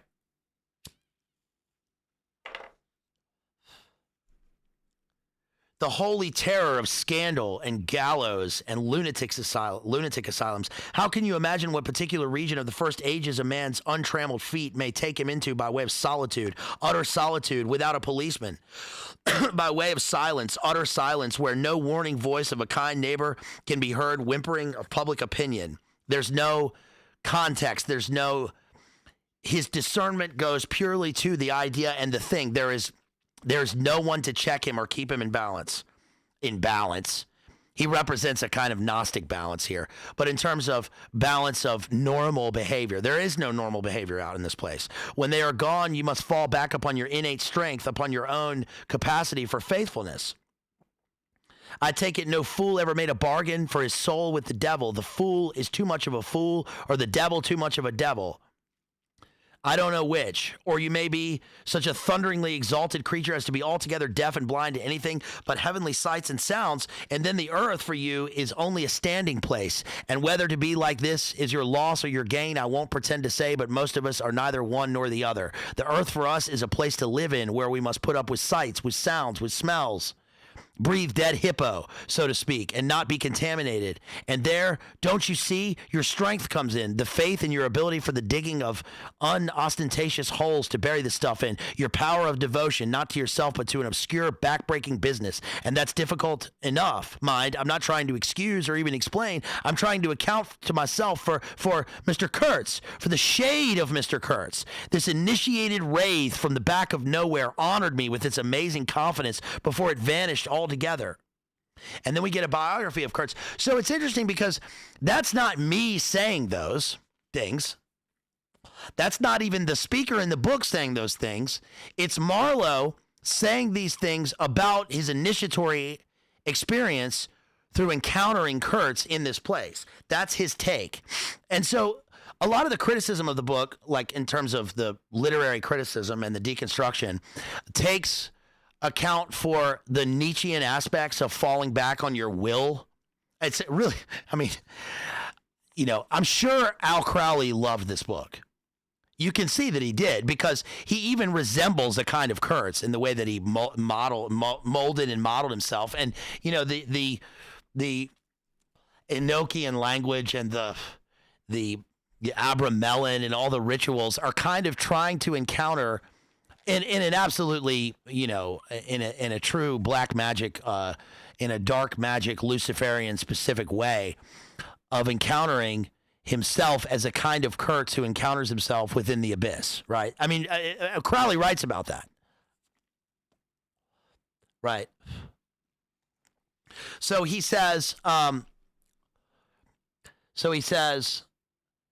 in terms of Kurtz's biography, that he was sent there by the International Society for the Suppression of Savage Customs, which is later kind of amalgamated into Apocalypse Now, where he's sent there by the corporation, by the MIC, right? And this is amazing. He says, but this must have been before his, let us say, you're going to be amazed by this, nerves went wrong and caused him to preside at certain midnight dances ending with unspeakable rites, which, as far as I reluctantly gathered from what I heard at various times, were offered up to him, do you understand, to Mr. Kurtz himself. So Kurtz sets himself up as the red-cloaked man in the Eyes Wide Shut ceremony. He is Aleister Crowley at the rites of Eleusis, right? He is there in Kenneth Anger's films. He is the guy in the OT ritual. He is the conduit for the Luciferian ritual of the absolute extreme heart of darkness, encountering himself, and that's what the company can't deal with. They have no understanding of the fact that they would send this materialized being, and that he would do exactly those things, and then they have the audacity to feel guilty for it, right?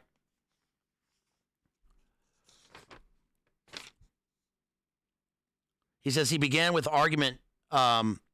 He reads Kurtz's essays, and he says that we are a kind of supernatural beings, and we approach the natives with the might of a deity, which is what he, apotheosizes into. By the simple exercise of our will, is thelema, they can exert power for good, practically unbounded. But he says, the peroration was magnificent, though difficult to remember. It gave me the notion of an exotic immensity, ruled by an august benevolence. It made me tingle with enthusiasm. This was the unbounded power of eloquence, of words, of burning, noble words, which is what the book represents. There were no practical hints to interrupt the magic current of phrases, unless the kind of note at the foot of the last page, scrawled evidently much later in an unsteady hand, may be regarded as the exposition of a method. It was very simple, and at the end, that moving appeal to every altruistic sentiment, it blazed at you, luminous and terrifying, like a flash of lightning in a serene sky. And it ends with his climax in his paper: exterminate all the brutes. So it's Depop, right? Rule over and Depop. And of course, they are embarrassed, or seemingly embarrassed, that someone could do the exact thing that they wanted, right? In terms of sending Kurtz into this place and doing their bidding. They, meaning the council in Europe that he mentioned earlier, the various groups, the pyramid structure, the power pyramid globalist people in 19th to 20th century Europe.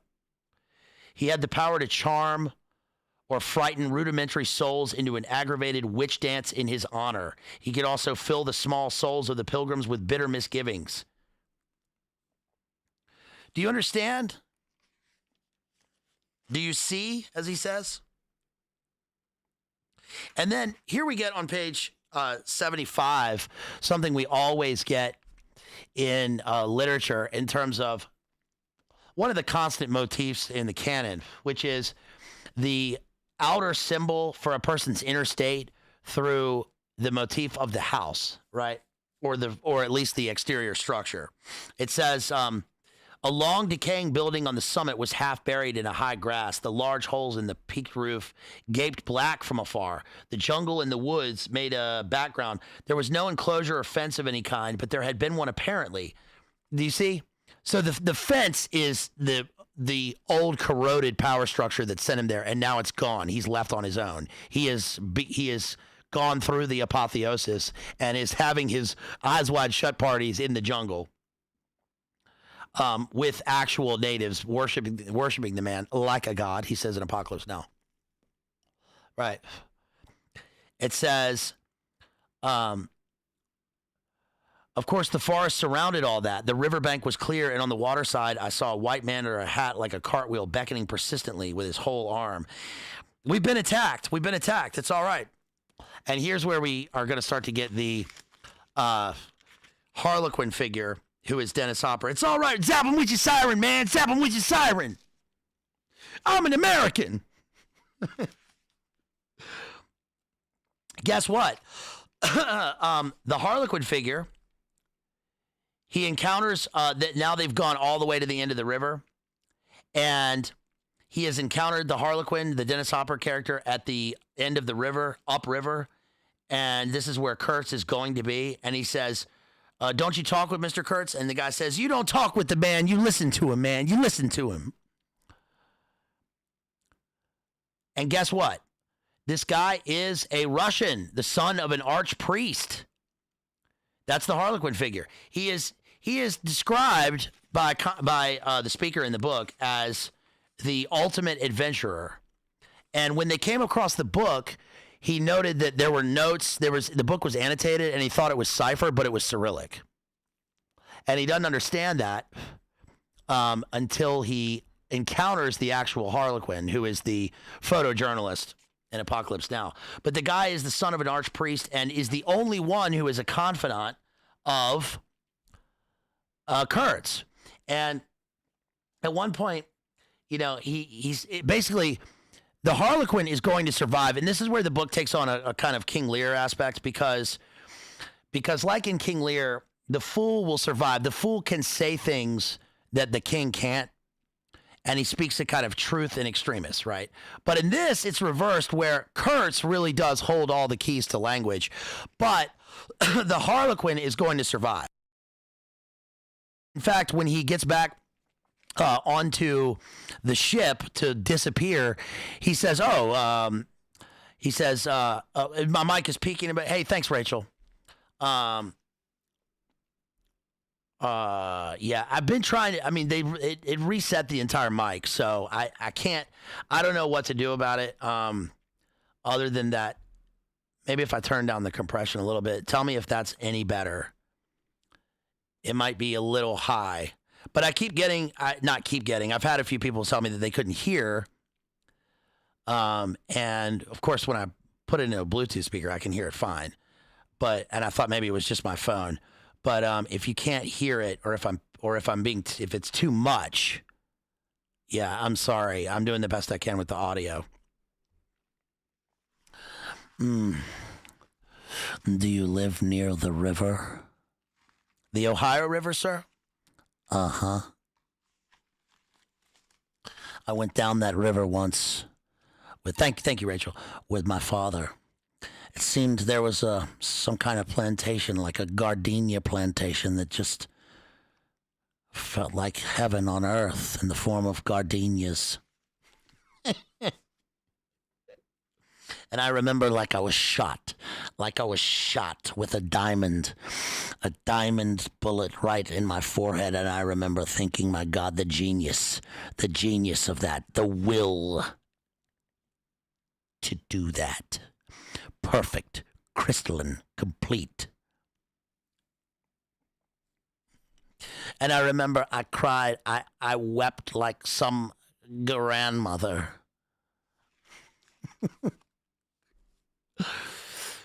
So he meets this son of an archpriest who's only 25, and he gives him the book that was his, and he nodded, full of wisdom and mystery. And then we go on to part 3, the final part of the book, on page 78, and now we're going to meet Kurtz. And again, this is like Lear and the Fool. And the Fool, the Harlequin, describes his experience with Kurtz, because what's interesting here is that, perfect, crystalline, is that with the pairing of words and the kind of opposites that we get with this X and Y and Z, which form a kind of paradoxical concept pointing at the idea, we also realize that we, the reader, are bonded to the speaker. The speaker is bonded to Marlowe. Marlowe is bonded to Kurtz, and Kurtz is bonded to himself. So eventually, through levels, through this initiatory kind of anti-pilgrimage into the heart of darkness, we come across Kurtz, who has encountered himself in the abyss. And the Harlequin is the only one who's bonded to Kurtz in a kind of true opposite way. And that's why Kurtz keeps him around, right? He says, if the absolutely pure, uncalculating, unpractical spirit of adventure had ever ruled a human being, it ruled in this bepatched youth, because the Harlequin is like wearing patches, like a Arlecchino, like a Commedia dell'arte Harlequin. And that's because he represents a kind of patchwork of Europeans sent over there, even though he's trying to patch up himself. He's the son of an archpriest, a Russian Orthodox priest, who has left Europe and then eventually is to be reconciled with his father after going through the heart of darkness with Kurtz. So he'll be saved. I must say that to me it appeared about the most dangerous thing in every way he had come upon so far. The Harlequin is completely selfless. Right? They had come together unavoidably, like two ships becalmed near each other and lay rubbing sides at last. I forgot there was such a thing as sleep. It was in general. He made me see things. He made me see things. A blazing sky appear to me so hopeless and so dark, so impenetrable to human thought, so pitiless to human weakness. On the contrary, it appears there, it says he had, as he informed me, proudly managed to nurse Kurtz through 2 illnesses. And you don't judge him. You don't judge the man. You don't judge him. You have a right to kill me. You have a right to do that. But you don't have a right to judge me. What do you call it? We send out our boys to drop fire on people in airplanes, but we won't let them write the word fuck on airplanes because it's obscene.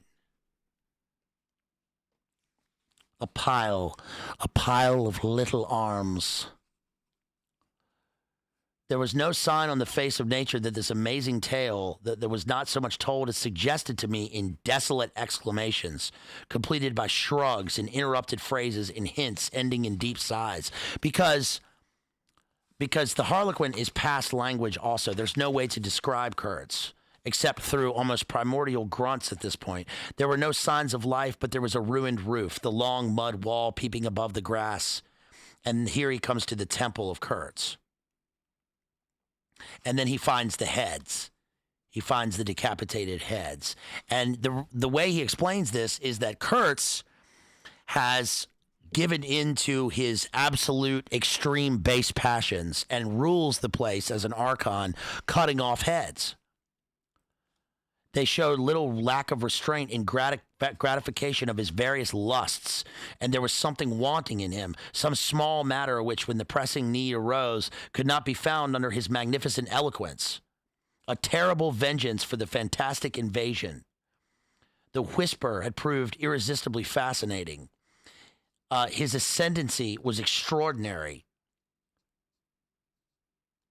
And Marlowe says, I don't want to know anything about the ceremonies used when approaching Kurtz, because we learned that all of the locals, the native chiefs come from hundreds of miles away on their stomachs, crawling in the mud to worship at the altar of Kurtz. No restraint. I suppose it didn't occur to him that Mr. Kurtz was no idol of mine. He forgot I hadn't heard of these splendid monologues, or what was it, on love, justice, the conduct of life, or whatnot. These heads were the heads of rebels. I shocked him excessively by laughing. Rebels? What would be the next definition I was to hear? There had been enemies, criminals, workers, rebels. And the guy says, you don't know how such a life tries a man like Kurtz. I'm a simple man. I have no great thoughts. I want nothing from anybody. How can you compare me to him? Right? What, are they going to look at me wrong?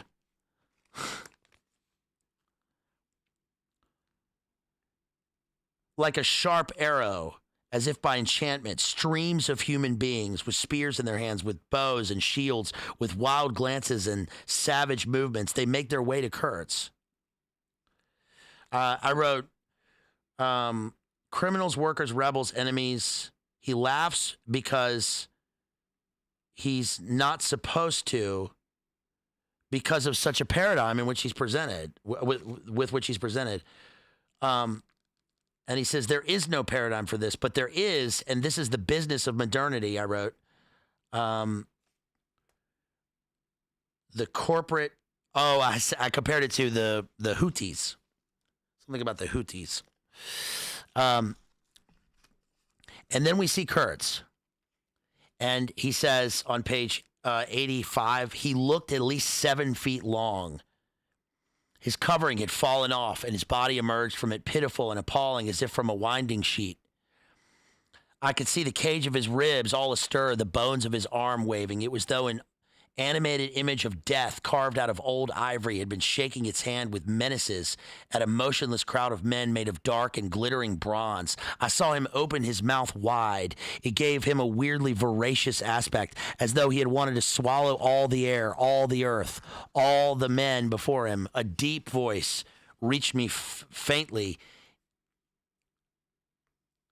He had a fire in his eyes. This shadow looked satiated and calm, as though for the moment it had had its fill of all of the emotions. The volume of tone he emitted without effort, almost without the trouble of moving his lips, amazed me. A voice. It was grave, profound, vibrating, while the man did not seem capable of a whisper. However, he had enough strength in him, factitious, no doubt, to very neatly make an end of us, as you shall bear directly. In other words, Kurtz comes in, and Marlowe is aware that with a wave of his hand, or, not with a bang, but a whimper, right? He could have all of them decapitated. He could have them obliterated, and they would truly be obliterated. They would be as if nothing ever existed, because they are in the heart of darkness here. They're in the glittering abyss of Milton. They're in one of the Dantean circles of hell, with this archon holding court on a litter. And that one movement, They're encountering themselves in absolute truth, and they know not absolute truth, not almighty, but truth into what, they themselves. And they themselves can't even possibly think to say. There are no words that capture this, which is why we get this image of Kurtz appearing on this litter like death in life. Remember earlier he said death in life? Like a river of death, a grove of death. It's also amazing how often the speaker will repeat phrases in this, because the repetition is almost a chorus, like we're dancing a dance macabre, and we're walking into a death chorus here, where the specters are echoing from the wilderness. He says, oh, and then we get this woman, so we get, this is interesting because on this page I wrote Sophia, Jachin, and Boaz. It says the two bronze figures that frame him, just like the story's being framed, are kind of initiatory Jachin and Boaz. We're walking into the temple of Kurtz here. And then we get the Sophia principle walks up, and she's this witch woman who worships at the altar of Kurtz and kind of controls, she's kind of a G-Max who controls the people. And we see this in Apocalypse Now. There's a woman in the background and then Colby. Colby is the proto-initiate who made it all the way and never came back, and then we come to this place in the guise of Willard in Apocalypse Now, and we see Colby in the background doing his yoga, right? His Wang Chung in the background, right? But with heads and scalps on his shotgun, and he's still in his Green Beret garb, but he's also gone native. He's a half-caste. They mentioned that earlier, the half-caste.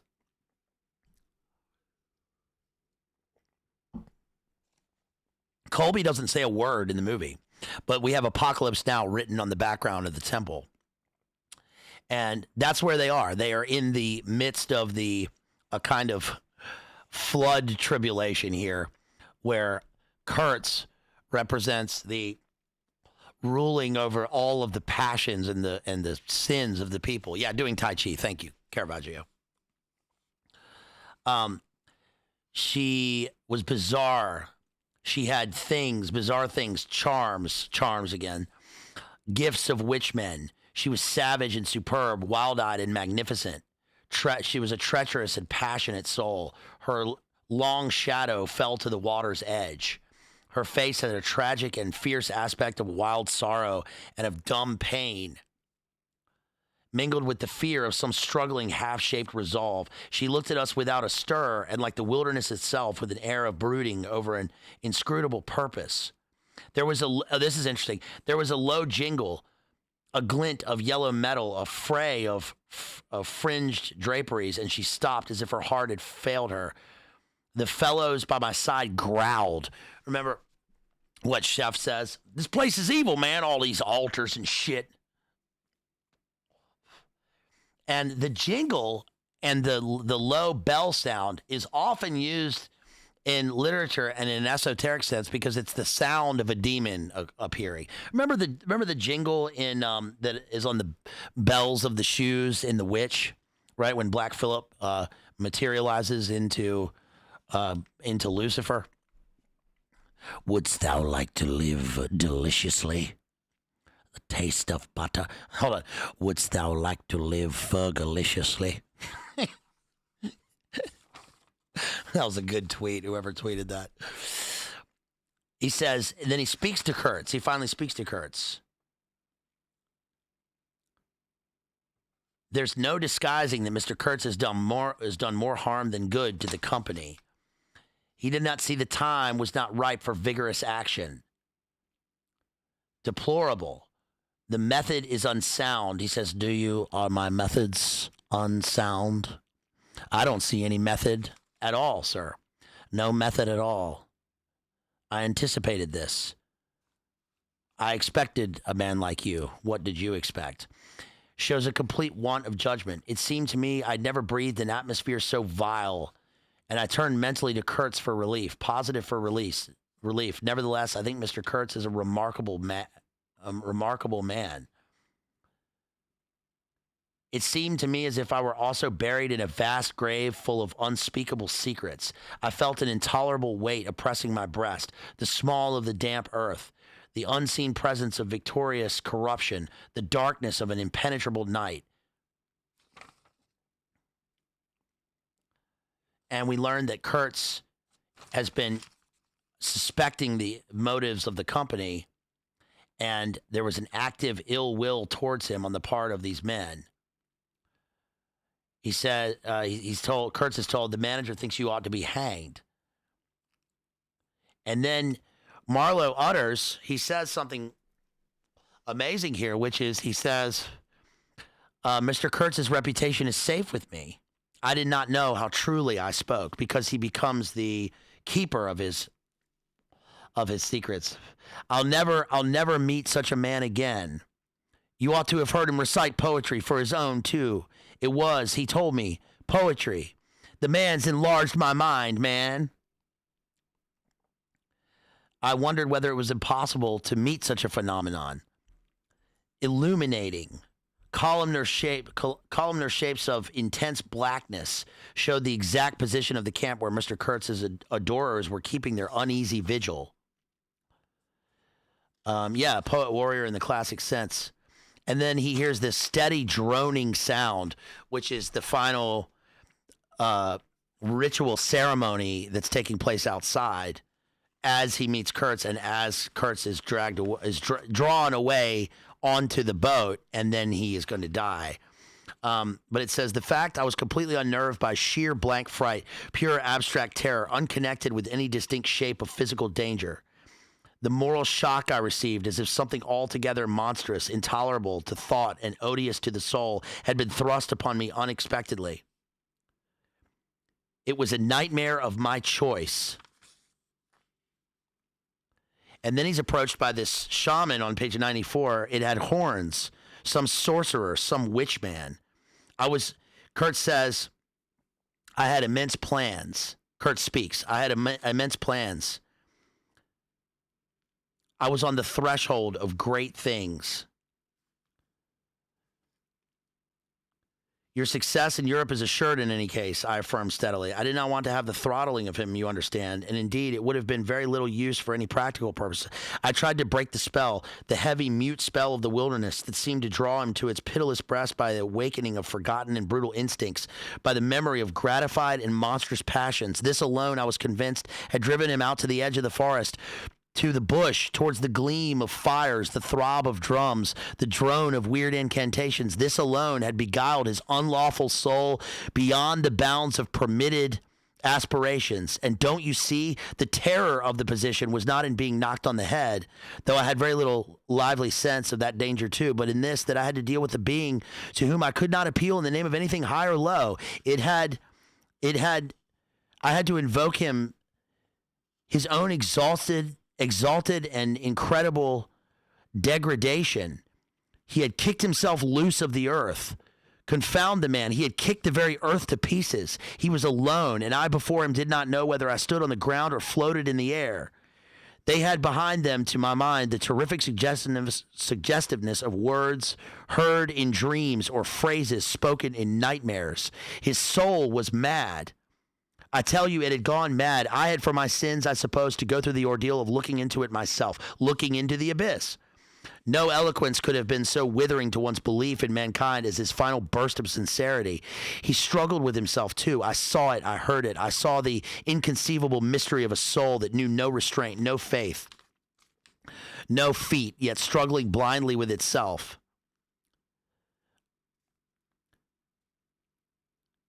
The evolutions of the splashing, thumping, fierce river demon beating the water with its terrible tail and breathing black smoke into the air is the sound of this ceremony going on, and of the river and of Kurtz's emanations. And then finally, it's like the responses of some satanic litany, he says on page 96.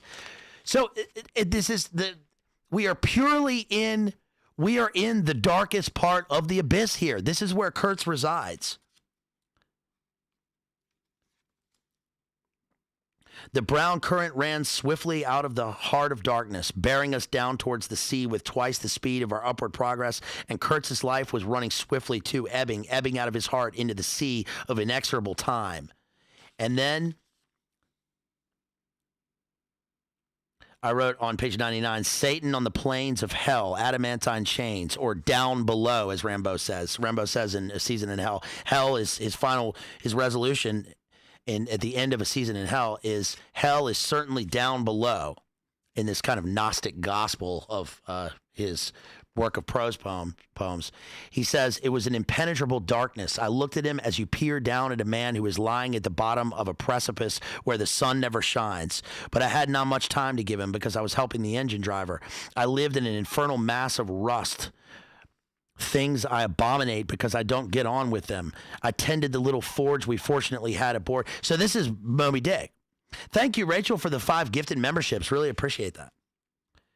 I wasn't touched. I was fascinated. It was as though a veil had been rent. He's pierced the veil. I saw in that ivory face the expression of a somber pride, of ruthless power, of craven terror, of an intense and hopeless desire. Did he live his life again in every detail of desire, temptation, and surrender during that supreme moment of complete knowledge? He cried in a whisper at some image, at some vision. He cried out twice, a cry that was no more than a breath. The horror. The horror. And that's it. That's the life of Kurtz. And so Kurtz dies, and Marlowe is on the boat on the river going down with him from his high place. Thank you for the super chats and the PayPals. You guys, I really appreciate your support, and I will read those in just a second. If you want to support me, you can hit those links that my friends are dropping in the chat. And please make sure you like the stream. Leave a comment afterwards. Tell me what you think. Tell me what you think this compares to. Tell me how you think it compares to Apocalypse Now, whether you've read the book, whether you're going to read the book. Listen, I would recommend, obviously, that you read this book. If there's one work of 20th century prose literature that you should read that is highly relevant to today and extremely revelatory, I would recommend Heart of Darkness by Joseph Conrad. It's short. You can read it in an hour or two. It's, this particular edition. I bought this for £1. I bought this for £1, and it was actually a giveaway from the Daily Telegraph in a newspaper. But I bought it for £1 at a bookstore in Belfast when I was there for my master's. So getting to the end of the book here, it says, he was in brutal darkness, without clamor, without glory, without the greatest desire for victory, without the great fear of defeat, in a sickly atmosphere of tepid skepticism, without much belief in your own right and still less in your adversary. If such is the form of ultimate wisdom, then life is a greater riddle than some of us think it to be. I was within a hair's breadth of the last opportunity for pronouncement, and I found with my humiliation that probably I would have nothing to say. This is the reason why I affirm that Kurtz was a remarkable man. He had something to say. He said it. I understand better the meaning of his stare that could not see the flame of the candle, but was wide enough to embrace the whole universe, piercing enough to penetrate all the hearts that bear in the darkness the horror. And perhaps in this is the whole difference. Perhaps all the wisdom and all the truth and all the sincerity are just compressed into that inappreciable moment of time in which we step over the threshold of the invisible. Perhaps I like to think my summing up would not have been a word of careless contempt. Better his cry, much better. It was an affirmation, a moral victory paid for by innumerable defeats, by abominable terrors, by abominable satisfactions, but it was a victory. That is why I remain loyal to Kurtz to the last, and even beyond when, of long time after I heard once more not his own voice, but the echo of his magnificent eloquence thrown to me from a soul as translucently pure as a cliff of crystal. Fuck, dude. Holy shit, man. Do you understand this? It's crystalline.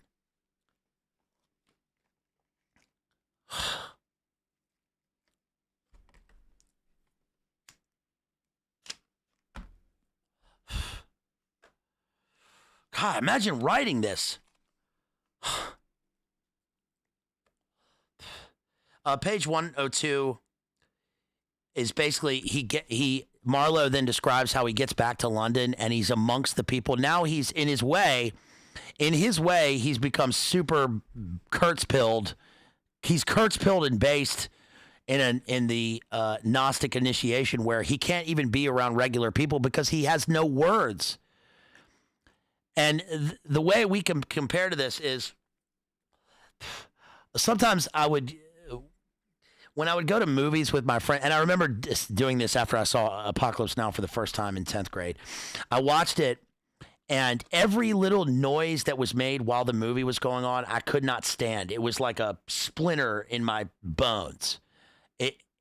I needed absolute attention to the movie. And I would go to movies sometimes with my friends, and we'd walk out. Like, I remember we went to see The Thin Red Line, and we walked out, and one of my friends started to say something, and he said, so what do you guys, and one of my friends, I think it was my friend Andrew, goes, dude, just don't. And we just couldn't speak. We just didn't talk.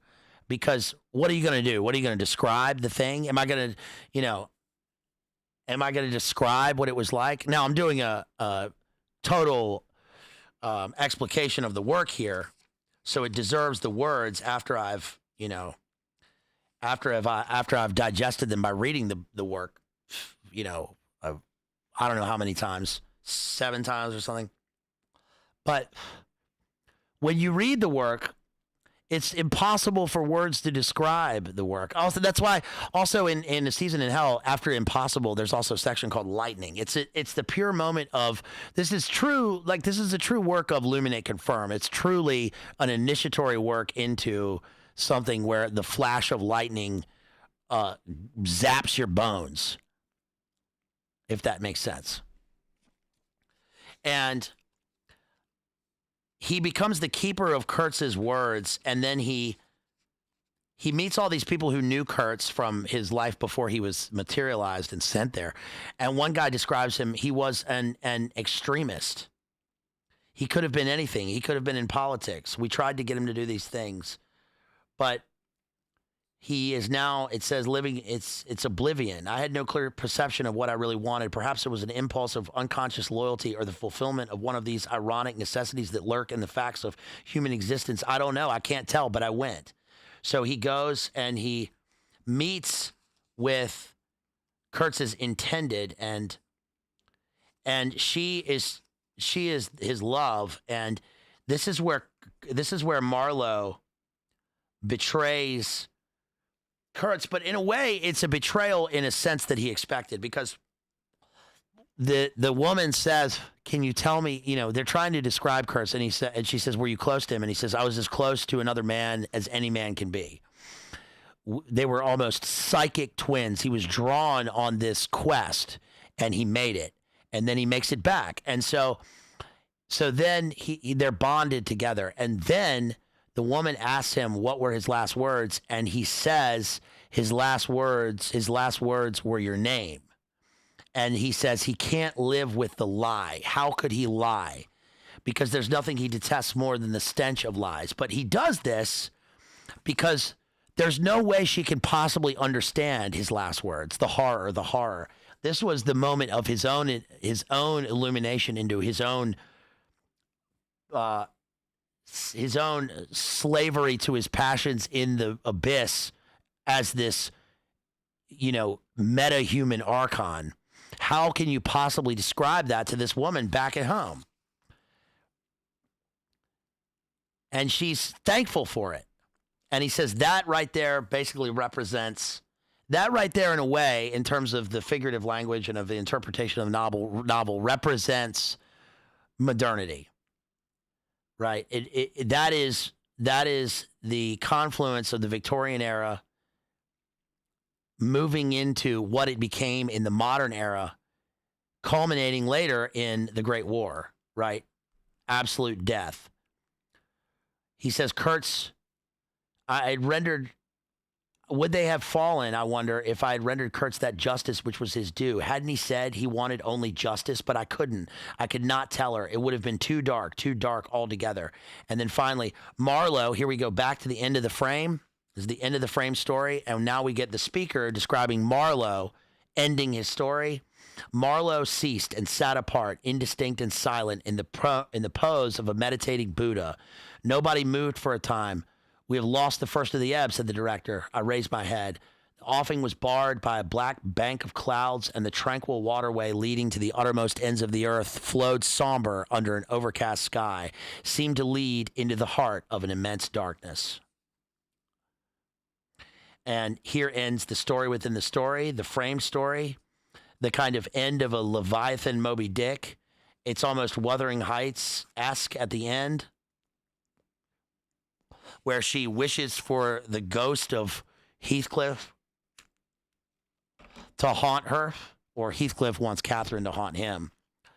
Remember, we did our Wuthering Heights analysis, and it's the glitter of the infernal stream. This is I wrote, Gnostic demon returned, pride and fall washed away in the flood. It's washed away. And that is the end of Heart of Darkness by Joseph Conrad. So again, some related material, some ancillary material would be The Hollow Men by T.S. Eliot. I recommend that if you want to understand this book. The Decline and Fall of the British Empire by Piers Brendan, great book. John Berryman's Dream Songs actually relate to this book in a number of ways. Mr. Kurtz, he did. Here's Dream Song number 29. There sat down once a thing on Henry's heart, so heavy, if he had 100 years and more, and weeping, sleepless in all them time, Henry could not make good. Starts again always in Henry's ears, the little cough somewhere, an odor, a chime. And there is another thing he has in mind, like a grave Sienese face 1,000 years would fail to blur the still profile reproach of, ghastly, with open eyes, he attends, blind. All the bells say, too late. That is not for tears, thinking. But never did Henry, as he thought he did, end anyone and hacks her body up and hide the pieces where they may be found. He knows he went over everyone and nobody's missing. Often he reckons in the dawn them up. Nobody is ever missing. Yo, shouts out to DPH out there, Church of the Eternal Logos, our friend. Shouts out to Circle G for that $5. It's not an adventure story. Is it, Mr. Hayes? No, Johnny, it's not. What's that from King Kong? And let me just find one more thing here with which to end. If I can find it in my own book here. So let me read this poem, Agrippa, really quickly, and that will end it.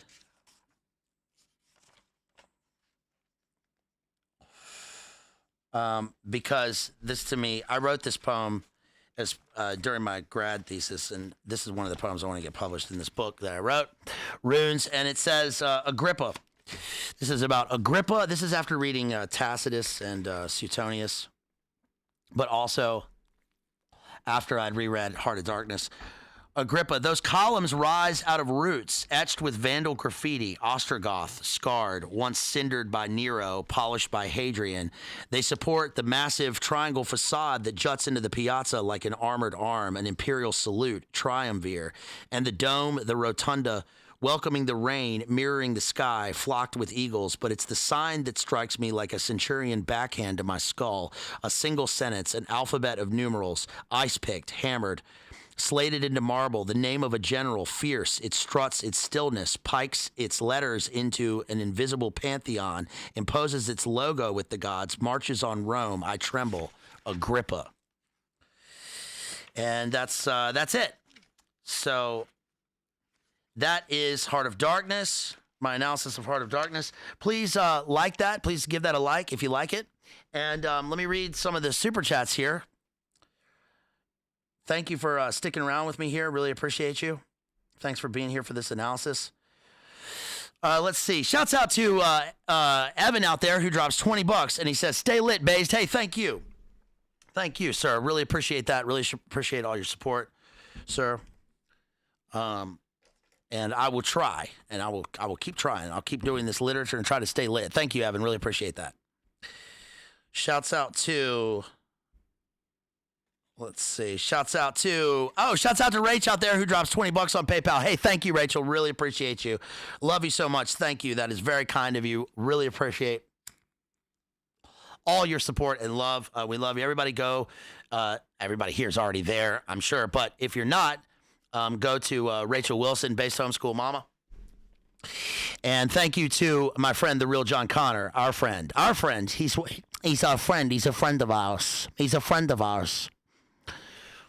And he drops $20. Says for PBR Street Gang, Almighty. This is PBR Street Gang. Almighty. Call in the coordinates of they'll call in the airstrike. Thank you, real John Connor. Appreciate that. Let's see. I think there was another one in here.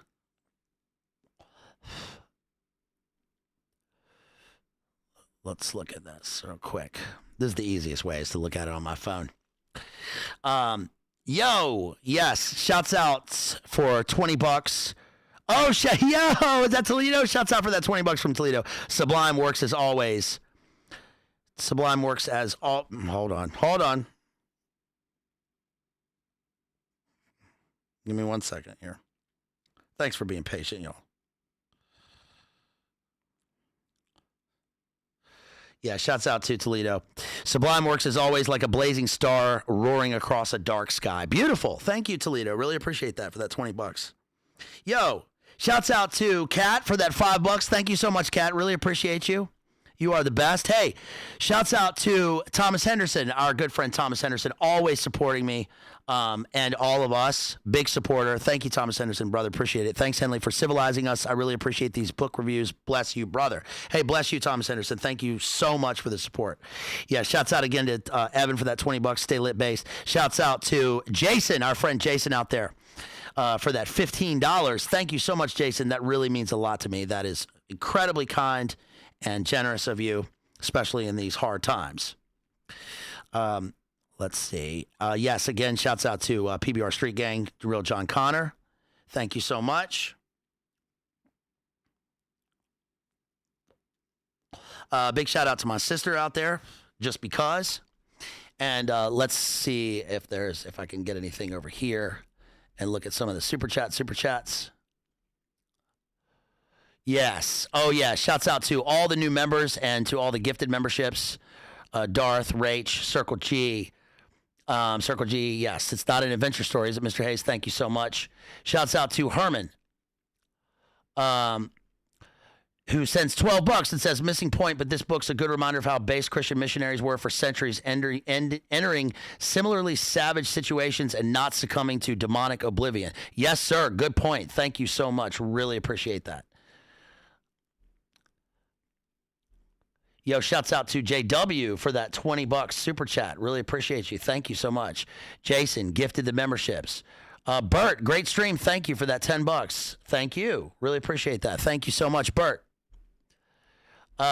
Chase for that $10. Chase Cummings for that $10. Thank you so much. Really appreciate that. Rachel drops a $9.99 super chat. Says thanks. Thank you so much, Rachel. Hey, shouts out to Mikhail out there, our friend Mixie at Tech Noir Graphics. Everybody go to his channel and look at his art, Tech Noir Graphics. My good friend Mick. For that $10, really appreciate you. Hey, shouts out to Roscoe P. Cotrain, who drops 60 Canadian and says, here's a little more of a donation for an analysis of Kafka, the trial, in light of W. Benjamin and Guattari de Lucius's insights on said writer. Thanks, BLA et al. Hey, great super chat. And thank you so much for that 60 Canadian. I will be getting into the sponsored streams again this week. I will also be getting into Twin Peaks Firewalk with me, an analysis with our friend Jethro. Full film analysis and analysis of the book. I got it somewhere around here. The book, the Mark Frost book. And then sponsored streams including Walt Whitman, Shakespeare, Kurt Vonnegut, and others. Okay, we've got a bunch of them to do. So thank you so much. Thank you so much for all those super chats. Really appreciate you. And let me give a like to all these. I didn't know you could give a like. That must be a new feature. So thank you so much. And I think that will do it, y'all. So if you want to support me, you can do that anytime. You can grab a membership. I'll have another membership member stream coming up. I recently did a stream on Suspect Zero, and shouts out to David Patrick Harry out there, Church of the Eternal Logos, for the stream he did. His expertise into Stargate, remote viewing, astral projection, because I did a movie analysis on the members channel of Suspect Zero, which is a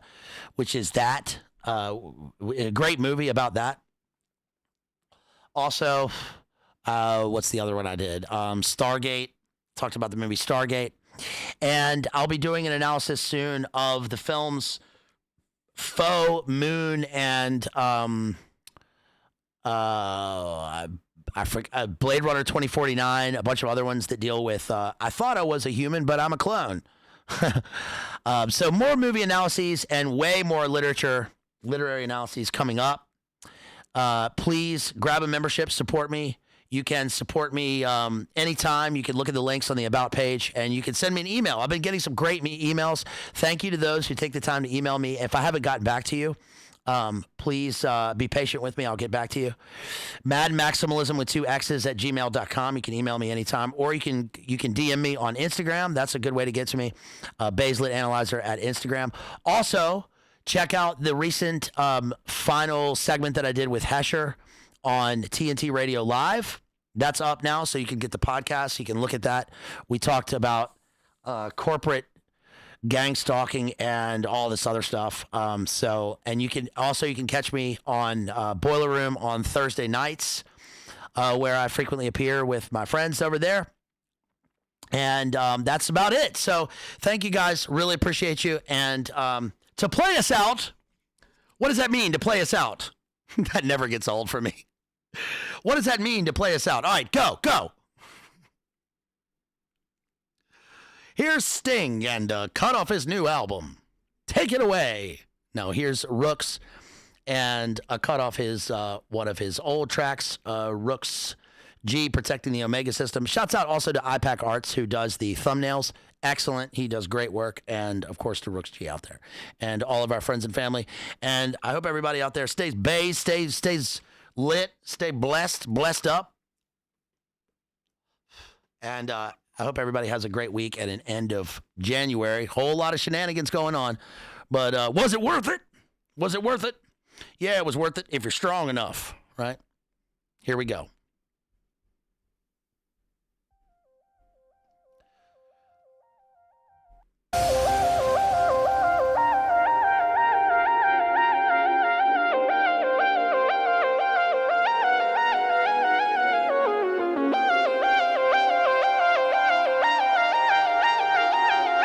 Cheers.